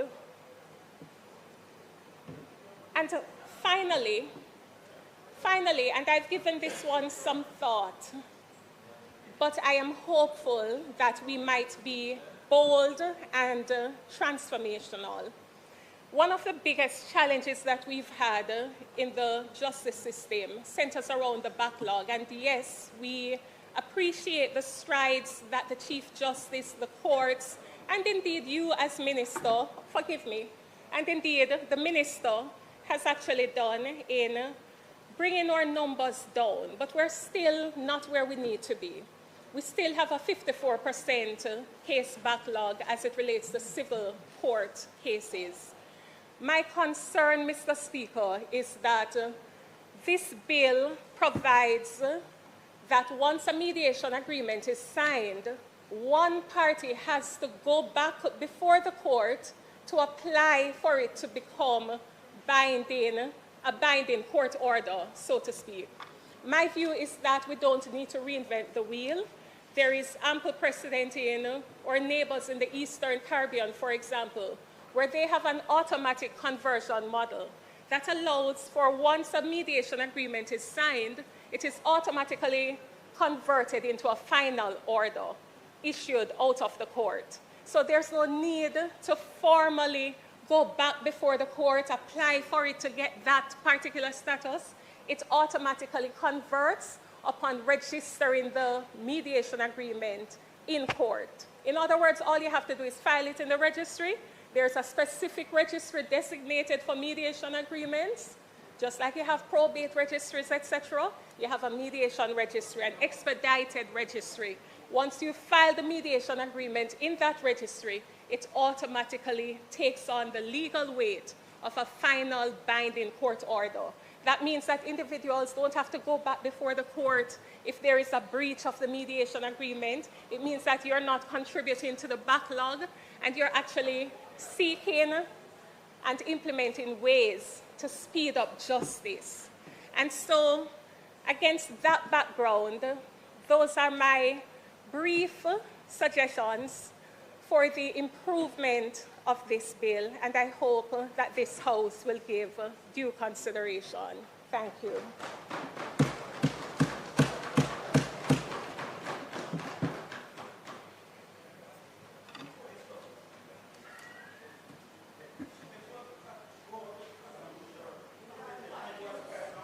Member from St. Andrew. Member from St. Andrew Western. Mr. Speaker, I want to congratulate the Minister and his team for finally bringing this piece of legislation to the House. Because when the Arbitration Act was brought in 2017, I think, I thought that shortly thereafter there would have been the submission of the Mediation Act. It has been quite some time, and I believe that there is the need for international mediation, especially in the area of commercial matters, cross-border commercial matters. The Arbitration Act really relating to the New York Convention that addresses arbitration in a particular way, the mediation is a part of it. But more generally, I wondered, Minister, I wondered, I didn't see, it wasn't clear what the interaction is will be between the reform in arbitration and the mediation, because we're looking at alternative dispute resolution. And I wonder if there isn't an opportunity to include in that mediation, conciliation, and arbitration, because they're part of a spectrum of alternative dispute resolution that we are seeking to reform in Jamaica. And it's not clear to me what the relationship is. Okay, but yeah, if you could point that out, because it's not very clear to me what that would be. Because I think conciliation, there is, if you don't address it in this way that include conciliation, then issues like labor relations and conciliation proceedings in labor relation, there could be some lack of clarity around that. The other matter I'd want to comment on is really the enforcement provision for confidentiality and enforceability, because the point I think the Minister addressed when he spoke about community mediation, it's even of greater need if you're talking about trans-border commercial matter, because there you have to have strong confidentiality clauses for persons to be incentivized. Especially, but the relationship I'm talking about between conciliation and mediation, arbitration, because it's one continuum, and we're trying to incorporate alternative dispute settlement as one mechanism. So I don't know if that was thought through and how that is addressed specifically and decided on. All right? But I believe that this is necessary, particularly in the area of commercial matter, trade, investment matters. The cross-border settlement, the Singapore Convention is now proven. I think there's a track record there that we could follow. My other concern is really the training. I know we have done some work, and we have some institutions already set up. I think the two the Mediation Center and one JICA, International IAIC, they're really part of the Mediation Center.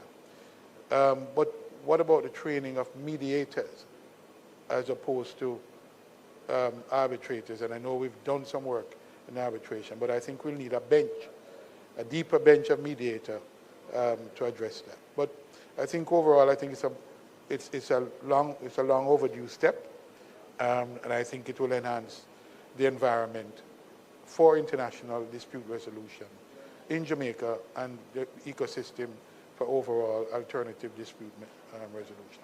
Thank you.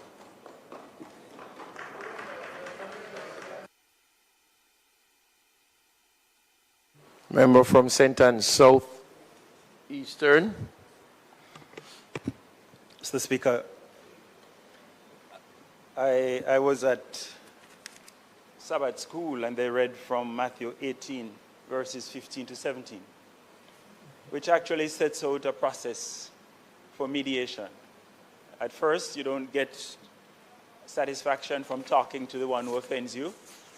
You talk to someone else, you go to the church, and then you find a neutral party.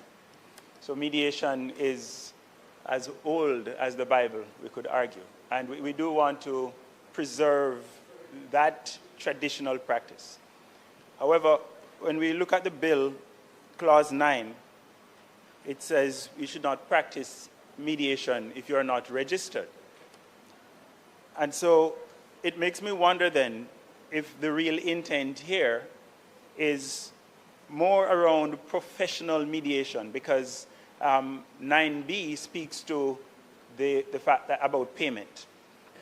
Hence, I would suggest, Minister, that we consider revisiting the objects so that object A, 3A, which says regulate the conduct of mediation, be reworded to speak to the regulation of the conduct of professional mediation. And in so doing, we are able to allow the traditional practices, and in the way that the Minister of Health spoke about the role, for example, of the CHAs, that would be allowed. Right? They would not be violating the law when it becomes law if they're doing so. So that's my my suggestion here, that we have another look at Object 3A and consider narrowing it to professional mediation.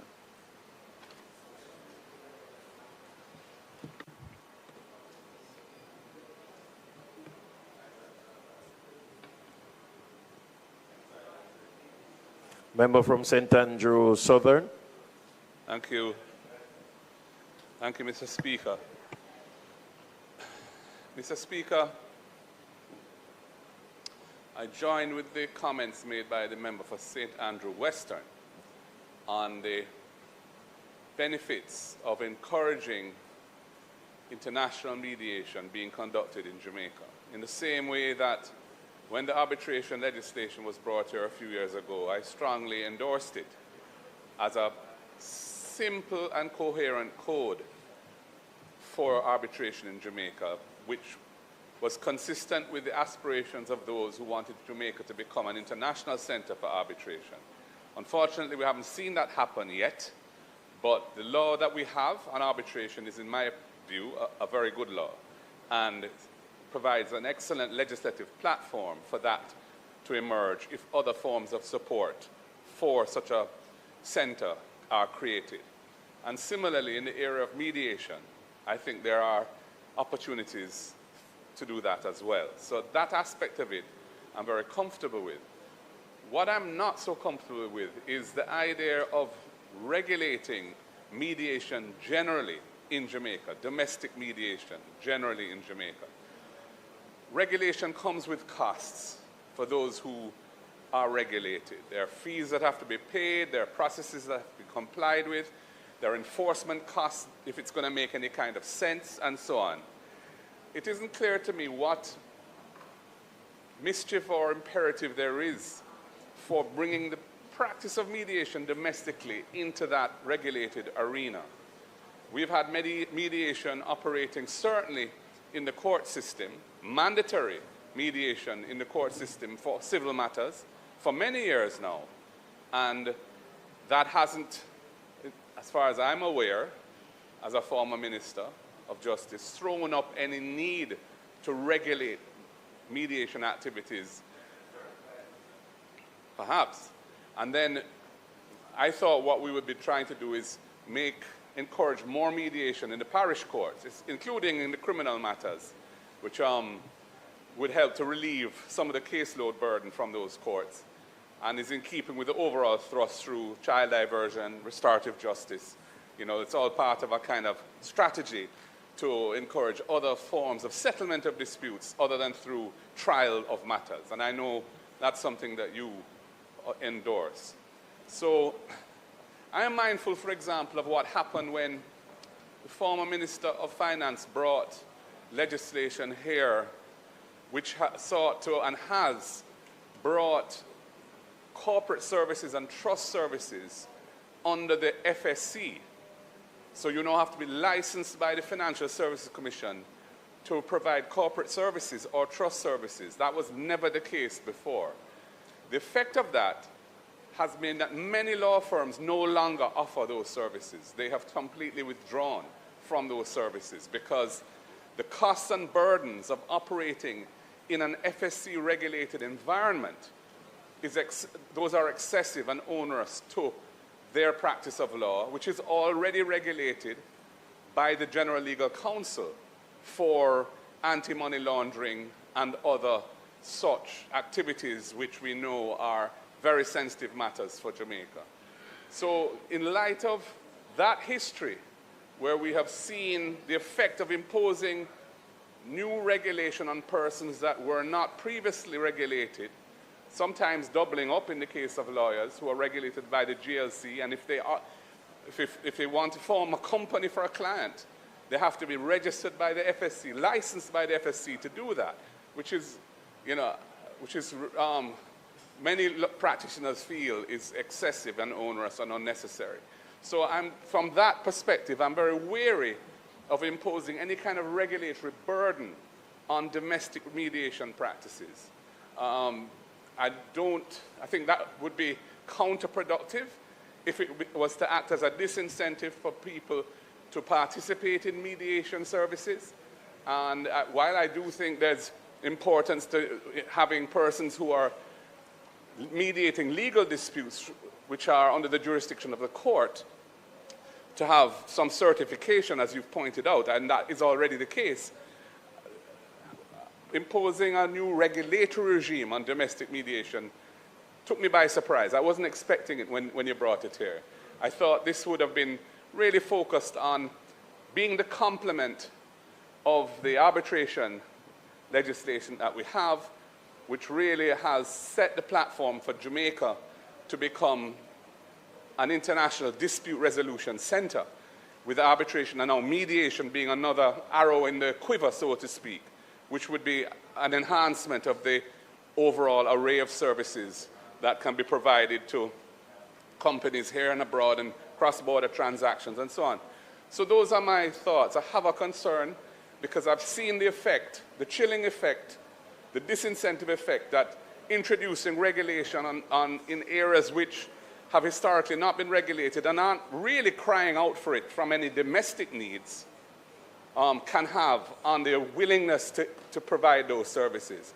And I'm concerned that we may have that impact in relation to mediation.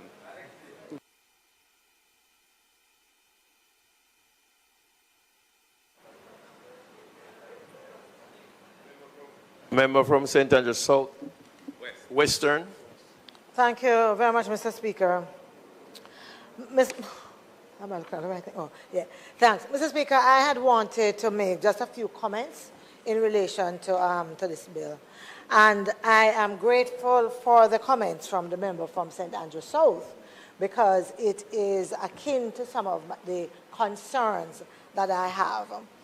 So I know that for several years we have been encouraging a culture of mediation in Jamaica. And that includes all other kinds of alternative dispute resolution processes, as well as restorative justice and so on, as you very well know. I would hate to see, well, certainly I was hoping that the bill itself, apart from the certification and stuff that's required, would actually speak to building that culture of mediation. We have done a fantastic job across administrations, for example, with peace and love in schools, which is really what it's also about, this culture that we are building.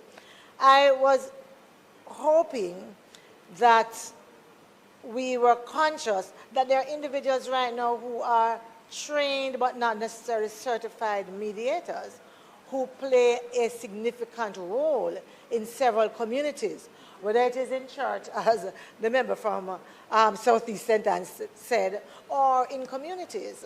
And for what they are doing, they certainly would not need to be certified, since they have absolutely no interest in participating in the court system. Because of how Jamaica is, I am fearful that some of these individuals who are doing good and mean well might at some point run into afoul of the law because they are practicing. Yes? And so, right. And so I want to make sure that these safeguards are there, because you know how it is. You know, police come and see a couple youths doing a session, and they say, no, Parliament passed a law, you have to be certified, where's your certification? So I want to make sure that we are also mindful that it's not just in the courts that these things take place. They take place in communities, and persons who are engaged in those activities need to feel comfortable and that they are also protected as we move to professionalize mediators. Member from Hanover Western.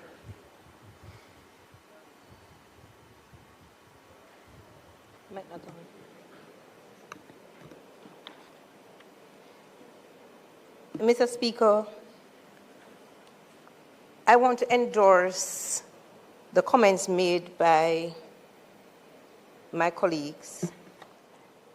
I wish to comment on section 32.1, where it speaks to when mediation commences. What I'm not seeing is for court-referred mediation, whether or not there's a time period for those to be completed. And mediation, for me, should never become another waiting room in the justice system. And so I think it requires some specificity as to when, especially for court-referred mediations, when this should complete. This, the legislation really is intended to reduce delays and backlogs, and if you don't have a specified time, then there will be the tendency for it to continue without an end. And so it should establish clear expectations of timelines within the legislation. That's my contribution. Member from Trelawney Southern.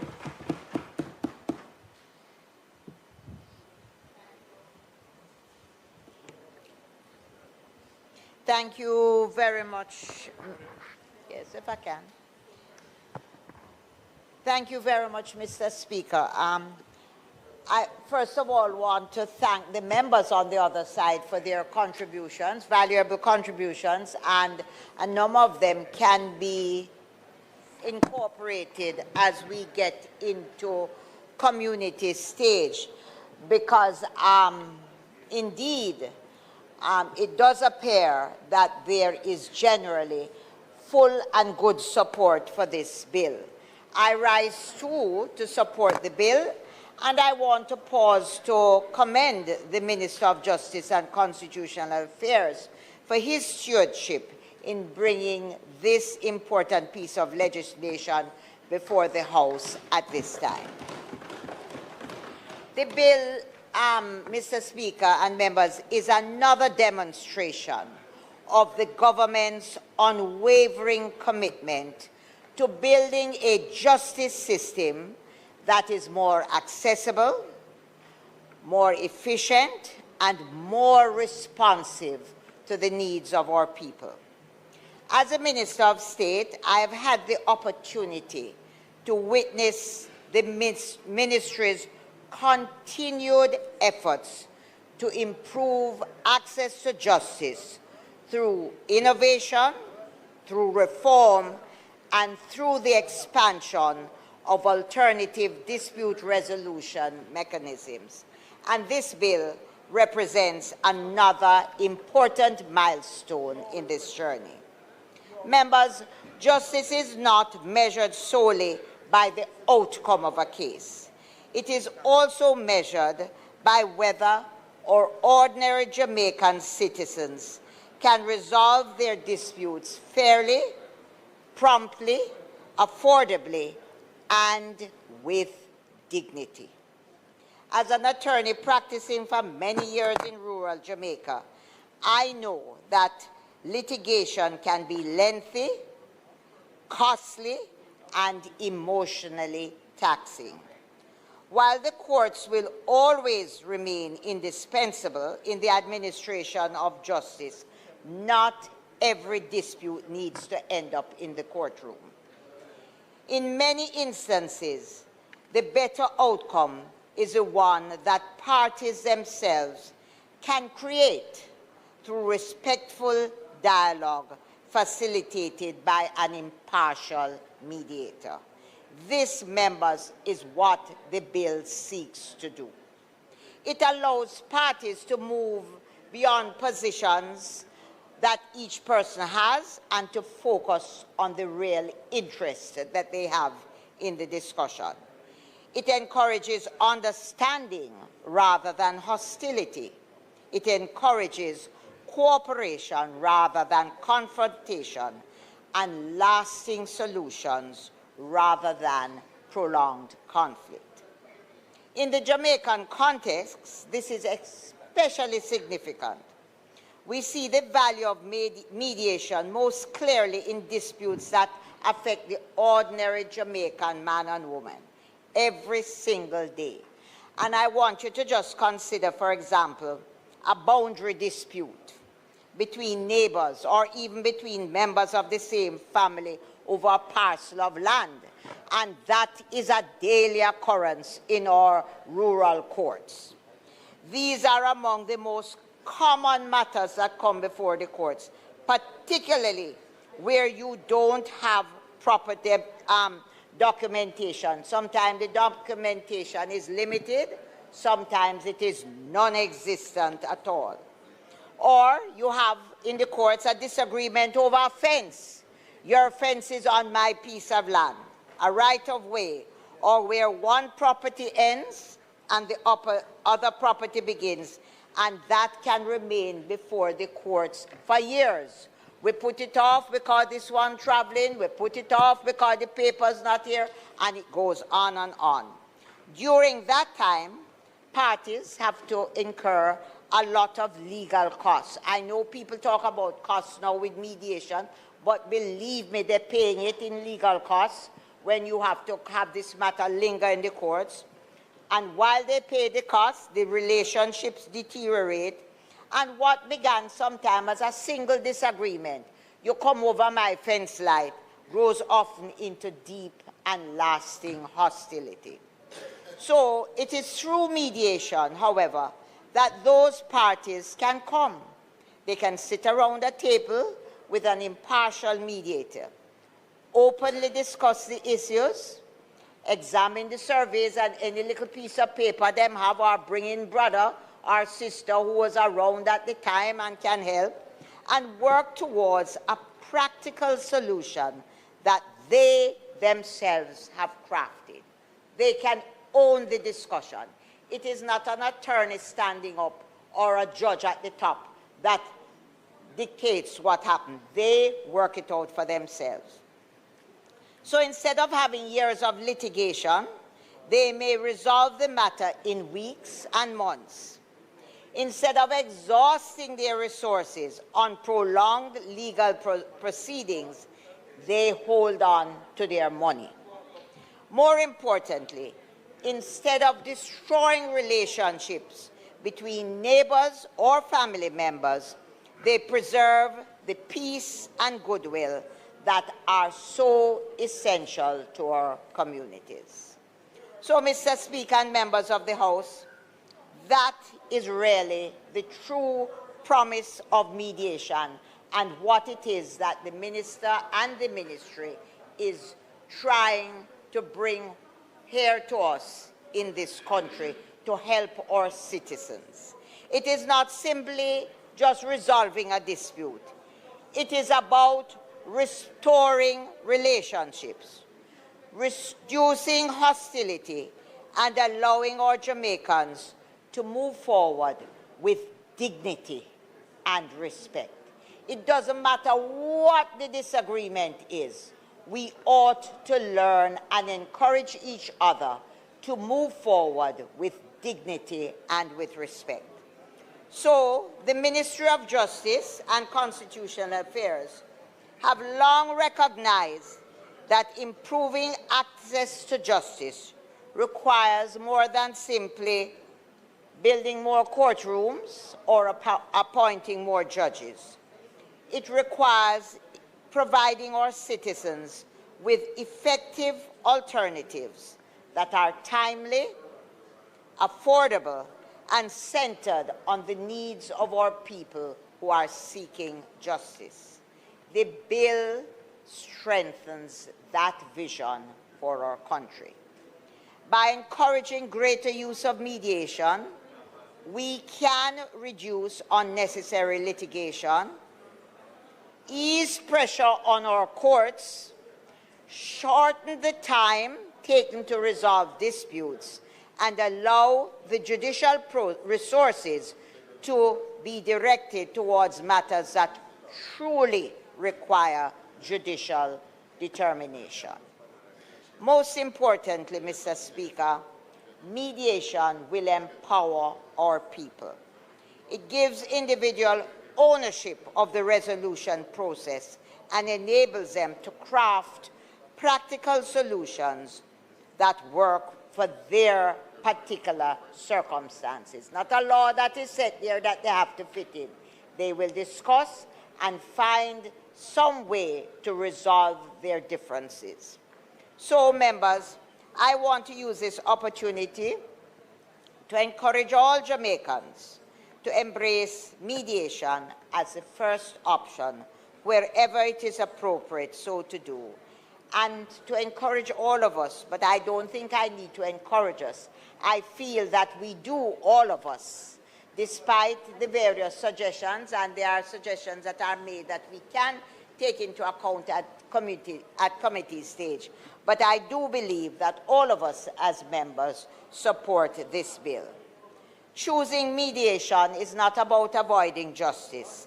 It is about pursuing justice in a manner that is constructive, collaborative, and forward-looking.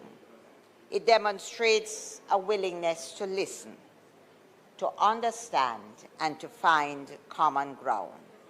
These are qualities that strengthen not just our justice system, but our democracy and our society as a whole.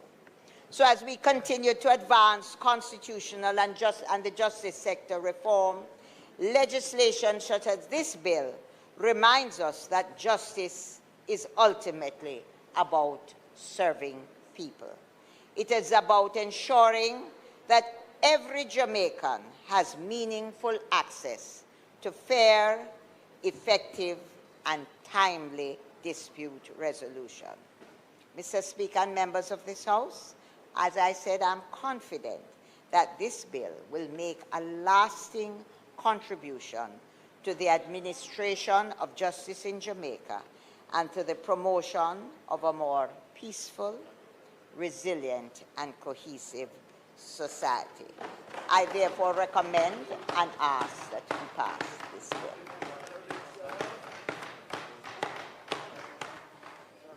House Leader.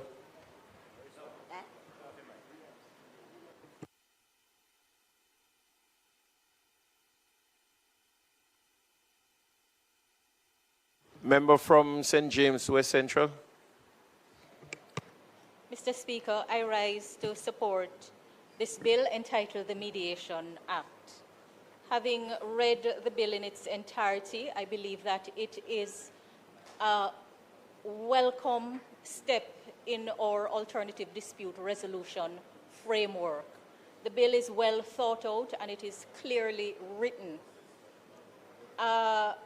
I have taken note of concerns about overregulation.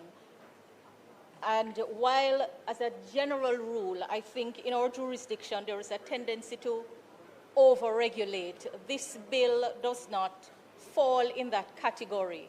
A requirement for registration or licensing without more does not equate to overregulation. I think much will depend on the rules that are to be made, the regulations. And I have every reason to believe that when those rules are made, that they will be facilitatory instead of restrictive. Mr. Speaker, providing for time frame for the conduct of any matter is something that always finds favor. In respect of mediation, I believe that it could be a little difficult because all matters must depend on their own circumstances, complexity, parties. And so it may be challenging to provide for the time frame within which the mediation is to be completed. But the bill otherwise sets out time frame within which actions are to be taken, and I think it is quite commendable. In addition to all that is provided, I'm particularly taken with Part 9 of the bill, which makes provision for facilitated contract renegotiation. And it provides that a mediator may be appointed by parties to a contract to serve as a facilitator for facilitated contract renegotiation. It is such a welcome addition to the legal framework because we have so many examples of the need for renegotiation of contract, which would avoid breach of contract, delay, and everything else that comes with a genuine inability to perform a contract as initially agreed or negotiated. This bill binds the crown, and it is my hope that the government, when passed into law, will take advantage of this provision. Of course, Minister, you recognize that the prescribed forms will have to be done as soon as possible to ensure that once the bill is passed into law, the provisions can be utilized. But it is a forward step and a welcome step, and it has my support.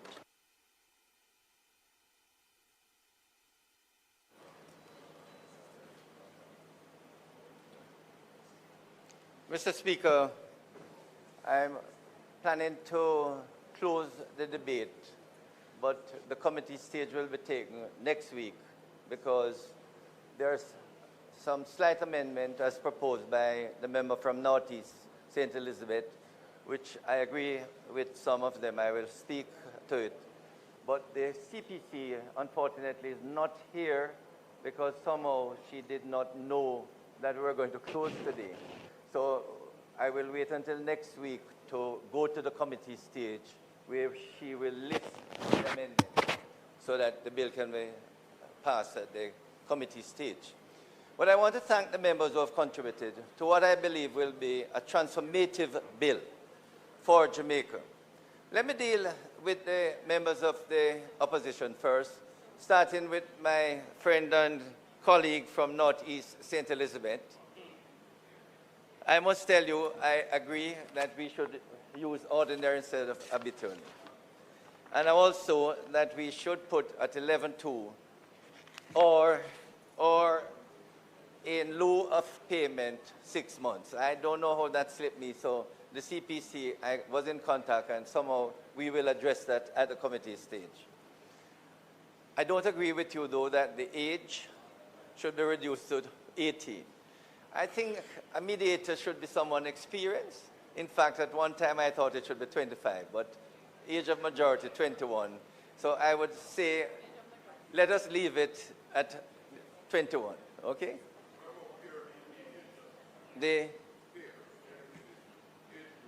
Not a problem. But you see, and let me get straight to that point.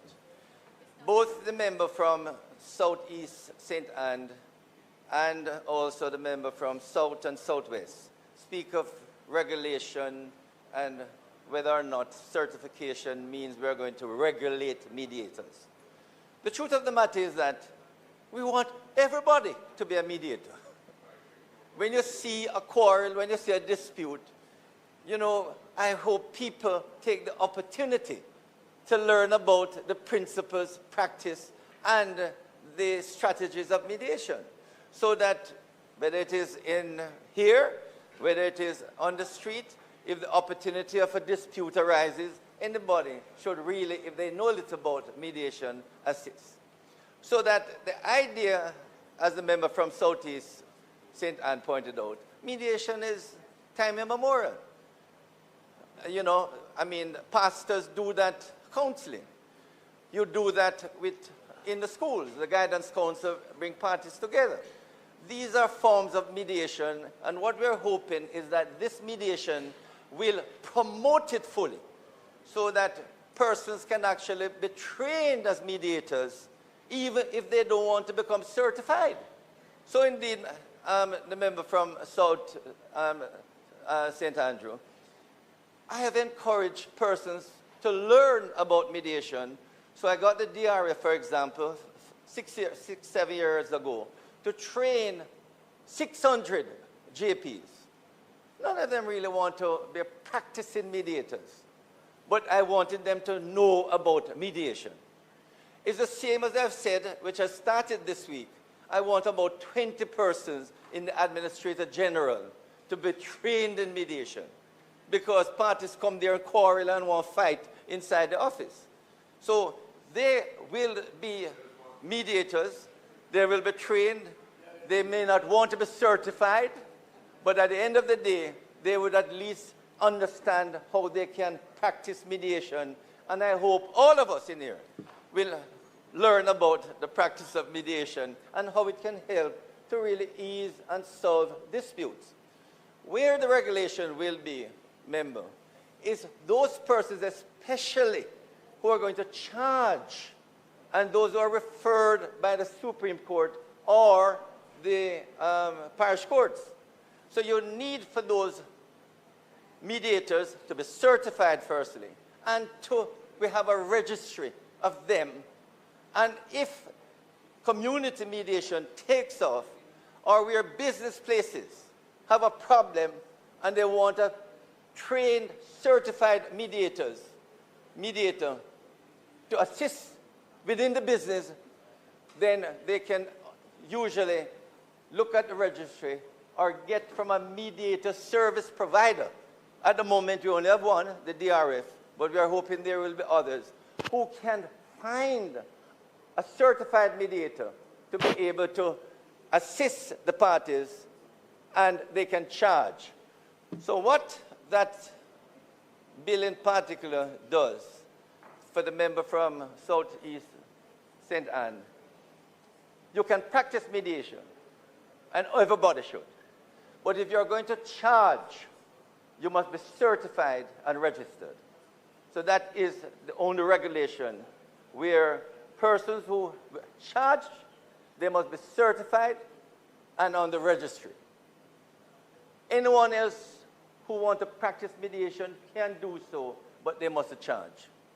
Okay, that's the difference.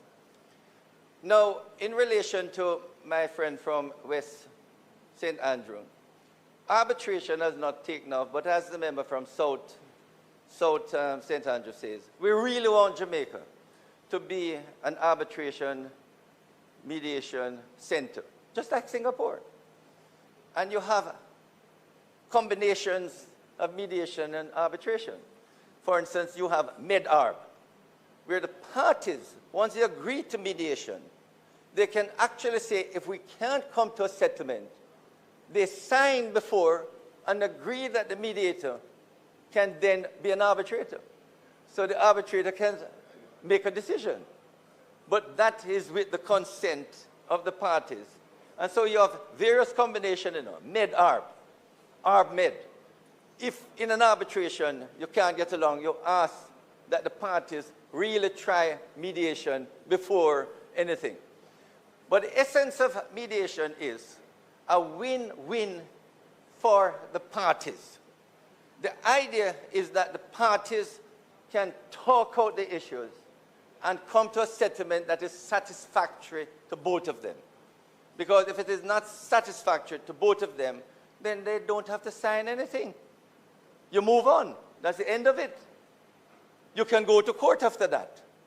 And what the law provides is that if you participate in mediation, and as the member from South Trelawney say, try it before you start an action in court. Because if you try it and you succeed, you save a lot of costs going to court.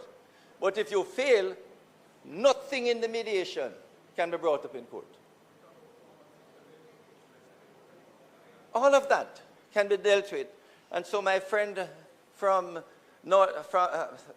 Minister Tufton has pointed out that we need more of this community mediation to keep families from fighting one another, neighbors from fighting one another. Huge amount of domestic violence and actually violence is because people can't settle their differences. And this is why, colleagues across this parliament, we all have to think about how we can promote this mediation.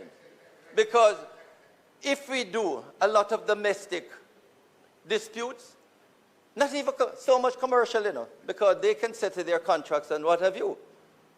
And we urge them to use it. But the domestic disputes, the homes, unfortunately, are becoming war zones. And we need for these families to really seek help. And we're hoping with restorative justice, victim services, and no mediation, parties have more access to services which can assist them. Now, the member from Hanover mentioned about time.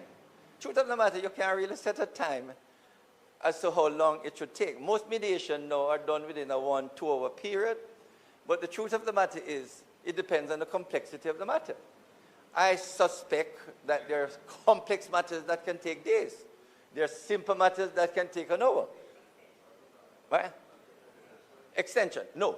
So one of the reasons also, members, why I want for the regulation to be there is that the Ministry of Justice have started 3 years ago to pay mediators. And it came about because when I urged the Chief Justice to urge the parish court judges to send people to mediation, he looked at me squarely and said, most of these litigants can't even afford bus fare. How can they afford a mediator? And the mediators were charging $5,000 for each side. So we started out 3 years ago paying each side $5,000, but now we are paying $10,000 each side if they go through the means test and they can't afford it. And we have moved over the last 3 years from 10 million, 13 million, and 2025, 50 million we paid out because mediation, over 4,000 mediation was done over the past fiscal year, and 80% of them were settled. And the mediators, when they saw the bill, they said, thank you, Mr. Chow, promote it more. These are the mediators who make it some good money. I mean, and the truth of the matter is that we want more persons to be trained in mediation. I was in touch with the head of the DRF. He says that there are about 17 trainers, and we want over the next year for these 17 or so trainers to be utilized in all the government departments. I will be asking the permanent secretaries to really pay so that every department have some mediators. You have more conflicts in these departments than you can imagine. And we want teachers, at least 4 or 5 teachers in every school to be trained in mediation.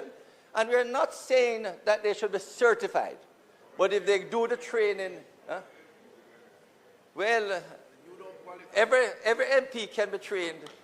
And, even if the Ministry of Justice assists in the payment, because for the JPs, they're voluntary service, and we pay for their training once they're interested in being trained. And I think this should be so across the island. So, colleagues, this is a bill which took some time because we bounced it off what is happening in other countries, especially Singapore, and we really want it to be acted on. We really believe that if Jamaicans use mediation more, then Jamaica can become the peaceful and harmonious place it should be. So, colleagues, I want to thank you and hope that when we return next week to sort out the minor changes as suggested by the member from Northeast, St. Elizabeth, we will just pass the bill next week. So thank you, members, for your support. Mr. Speaker, in light of that, we ask that you suspend debate on the bill. The request is on the floor for the suspension of the debate. Those in favor? Those against? Ayes have it. Mr. Speaker, it is not intended to do any further business this afternoon. And as such, we ask that the House be suspended for a date to be adjourned for a date to be fixed. The request is on the floor that the House be adjourned for a date to be fixed. Those in favor? Those against? The ayes have it. This House now stands adjourned.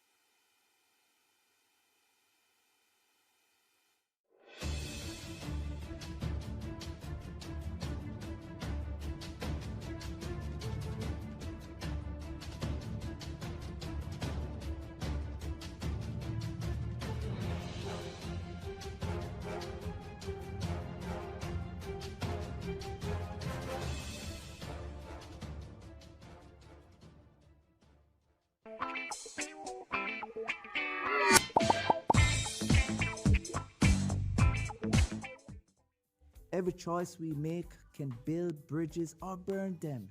Let's choose peace in our words, our action, and our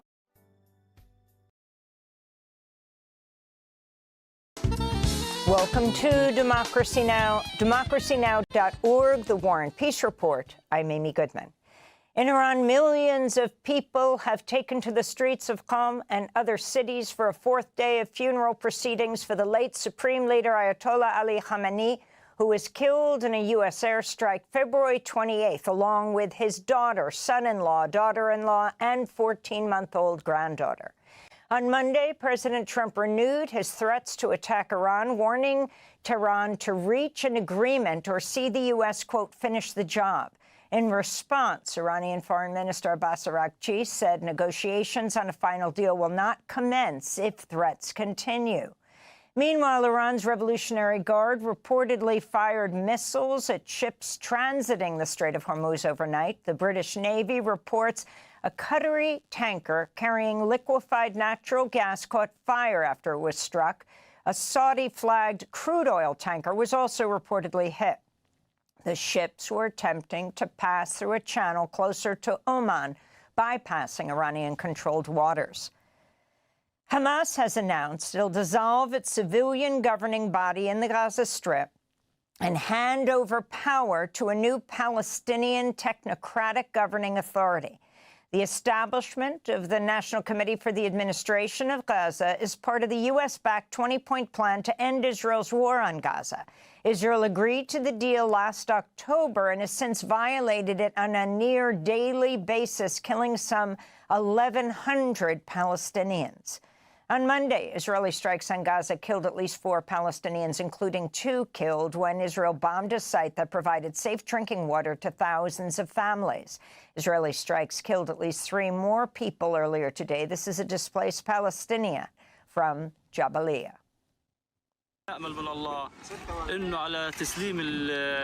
We wish from God that handing over this Hamas administrative committee brings improvement. We wish from God to be relieved from the tents, mosquitoes, mice that are eating us up and our children.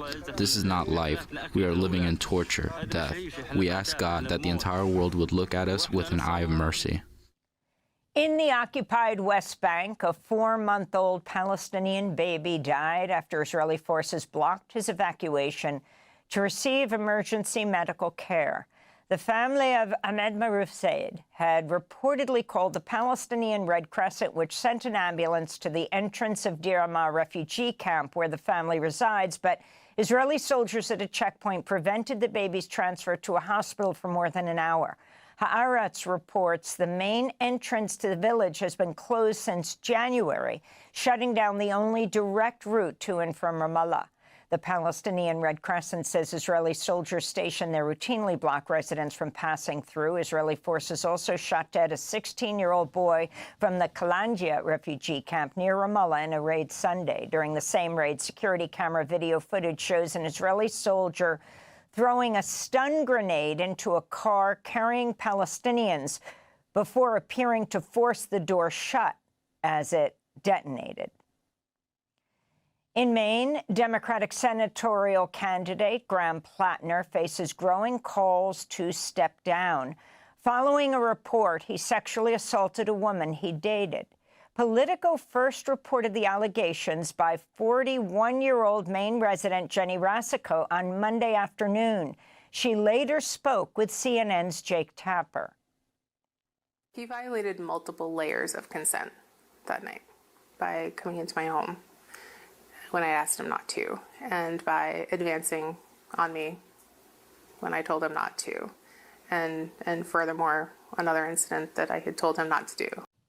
On Monday afternoon, Plattner published a video on social media in which he denied the allegations but said he's considering the next steps for his campaign. Regardless of the inaccuracy of the reporting, but mindful of the political reality it will inflict, we are taking the time to reflect on the best path forward for the state that I love, the people that I love, the movement I belong to, and the goal of defeating Susan Collins.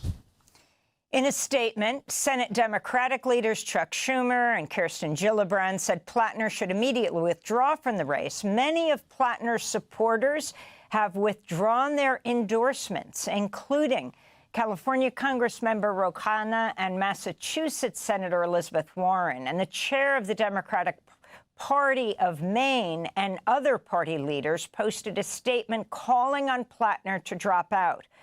Under state law, Maine's Democratic Party can name a replacement for Plattner on the November ballot if he withdraws from the race by next Monday. The outcome of the election could determine the balance of power in the U.S. Senate. Meanwhile, in Michigan, Democrat Mallory McMorrow has suspended her campaign to replace retiring Democratic Senator Gary Peters. Her withdrawal from the race leaves two main contenders, Congressmember Haley Stevens and Abdul El-Sayed, a physician epidemiologist, former director of the Detroit Health Department.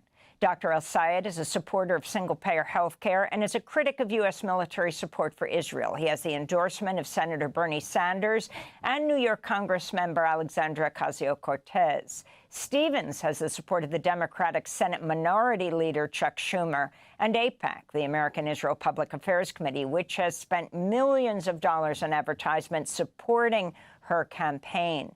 The primary will be held August 4th.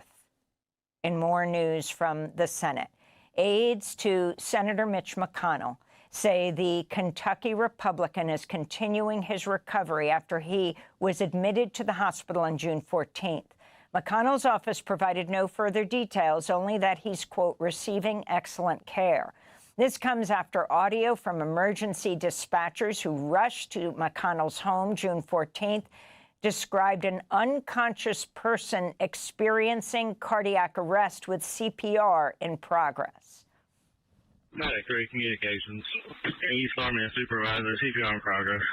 Senator McConnell has had a series of falls in recent years and was hospitalized with a concussion in March 2023. Later that year, he twice froze up during news conferences. He's not running for re-election when his term expires at the end of the year.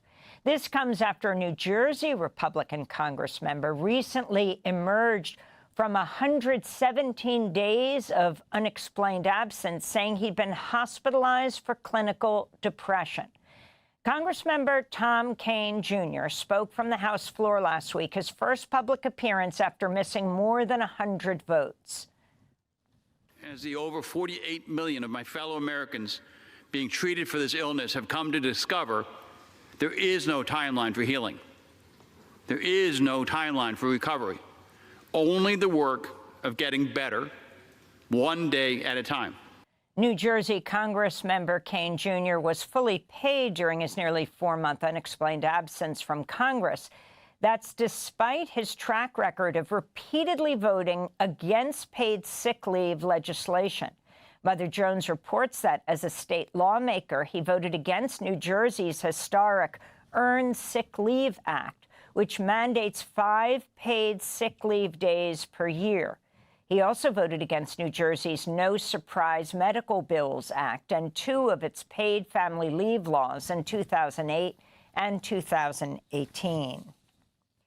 President Trump's joining dozens of world leaders today for a 2-day NATO summit in the Turkish capital of Ankara. Ahead of the talks, NATO Secretary General Mark Rutte praised NATO members who've committed to spending at least 5% of their gross domestic products on their militaries, a key demand of the Trump administration. Last year, European allies and Canada spent nearly 20% more on core defense than they had the year before. Looking at 2025 and 2026 combined, that's $258 billion in extra investment. And the trend continues. Rutte said allies will invest over $40 billion in military drone technology over the next 5 years. Meanwhile, NATO leaders announced arms deals worth billions of dollars. President Trump is expected to voice support for the sale of F-35 fighter jets to Turkey, which would reverse a ban Trump imposed during his first term. Congress has also prohibited Turkey from receiving the advanced fighter jets after it purchased an air defense system from Russia. UN High Commissioner for Human Rights Volker Turk has warned another humanitarian catastrophe is unfolding in Sudan's besieged city of El Obeid. The UN Human Rights Council held an emergency session Friday as fighting intensified between the Sudanese army and the paramilitary Rapid Support Forces, which are vying for control of the North Kordofan state capital. UN experts have urged the international community to step in to prevent widespread atrocities similar to what was witnessed in El Fasher after it was seized by the UAE-backed RSF. Already, UN fact-finding missions have documented summary executions, abductions, torture, and sexual violence in Kordofan. Over 11,000 people, including more than 5,500 children, have been displaced from El Obeid in the past 2 weeks, according to Save the Children. We'll have more on that story in the coming days. In more news from Sudan, a top human rights investigator said the British government is uniquely positioned to stop a genocidal massacre carried out by the Rapid Support Forces in Sudan's El Fasher, but failed to do so over economic interests and diplomatic ties with the United Arab Emirates, which is accused of backing the RSF. Nathaniel Raymond of the Humanitarian Research Lab at the Yale School of Public Health submitted testimony to the UK Parliament detailing his team's efforts to warn of the threats. This is a portion of his testimony. I will speak personally and I will speak bluntly. My outrage at institutional failure in the face of preventable genocidal killing, I see as a duty to stay angry as the obituary and the memorial for these people. They deserve someone to be angry for them. An estimated 60,000 people were slaughtered over the course of 3 days when RSF forces seized El Fasher in October. In Venezuela, the death toll from last month's devastating earthquakes has topped 3,500, expecting still to soar. As the United States seeks to expand its military presence in the wake of the disaster, U.S. Southern Command recently announced the deployment of at least 2,000 military personnel to Venezuela alongside drones, combat helicopters, and other hardware. That's in addition to U.S. Marines and Air Force officials already in Venezuela. The UN Development Program estimates June's earthquakes caused $6.7 billion in damage in Venezuela. Despite that toll, the United States has provided just $300 million in recovery aid, while it sits on some $8 billion worth of Venezuela's oil wealth seized after the U.S. abduction of the former president, Nicolas Maduro, and the First Lady, Celia Flores. The family of Geraldo Lunas Campos, a 55-year-old Cuban immigrant whose death in ICE custody was ruled a likely homicide, is suing 4 guards and the companies that oversaw Camp East Montana, a sprawling immigration jail, a detention tent camp at the Fort Bliss military base in El Paso, Texas, at the time of Campos' death. The Washington Post reports his family is seeking more than $1 million in damages from Acquisition Logistics, the company that oversaw Camp East Montana when Campos was killed. Akima, which employed the guards accused of killing Campos, and Nana Regional Corp., Akima's parent company. Earlier this year, an autopsy report released by the El Paso County Medical Examiner's Office concluded Campos had died of asphyxia caused by neck and torso compression, ruling his death a homicide. Before his death, Campos had complained of not getting the right dosage of medication to treat his bipolar disorder and anxiety. He'd also expressed having suicidal thoughts. But instead of receiving proper care, Campos was placed in solitary confinement where guards shackled and handcuffed him repeatedly, putting pressure on his neck and chest until his body went limp, unquote. And in breaking news, explosions have rocked Damascus during a visit by French President Emmanuel Macron, who's making a landmark visit to meet with Syria's new president, Ahmed al-Sharaa. At least 18 people were injured in the blast, which struck near the Ministry of Tourism and the Four Seasons Hotel, where Macron had stayed the night before. Ahmed al-Sharaa is scheduled to travel to the NATO summit for a meeting with President Trump tomorrow. And those are some of the headlines. This is Democracy Now!, democracynow.org, The War and Peace Report. I'm Amy Goodman in New York, joined by Democracy Now!'s Juan Gonzalez in Chicago. Hi, Juan. Hi, Amy, and welcome to all of our listeners and viewers across the country and around the world. Thanks for watching Democracy Now! On YouTube. Subscribe to the channel and turn on notifications to make sure you never miss a video. And for more of our audience-supported journalism, go to democracynow.org, where you can download our news app, sign up for our newsletter, subscribe to the daily podcast, and so much more. In a Democracy Now! Global TV radio broadcast exclusive, we spend the hour with longtime Indigenous activist Leonard Peltier. In February, he was released from a federal prison in Florida after spending nearly half a century behind bars for a crime he says he did not commit. President Biden, on his last day in office, commuted Peltier's life sentence to home confinement. Biden's decision came after mounting calls by tribal leaders and supporters around the world in a decades-long community-led campaign fighting for his freedom. In the 70s, Peltier was involved with AIM, the American Indian Movement. In 1975, 2 FBI agents and 1 young AIM activist were killed in a shootout on the Pine Ridge Reservation in South Dakota. 2 AIM members were later arrested for killing the agents. At trial, the jury acquitted them. Leonard Peltier was arrested later, tried separately, and convicted.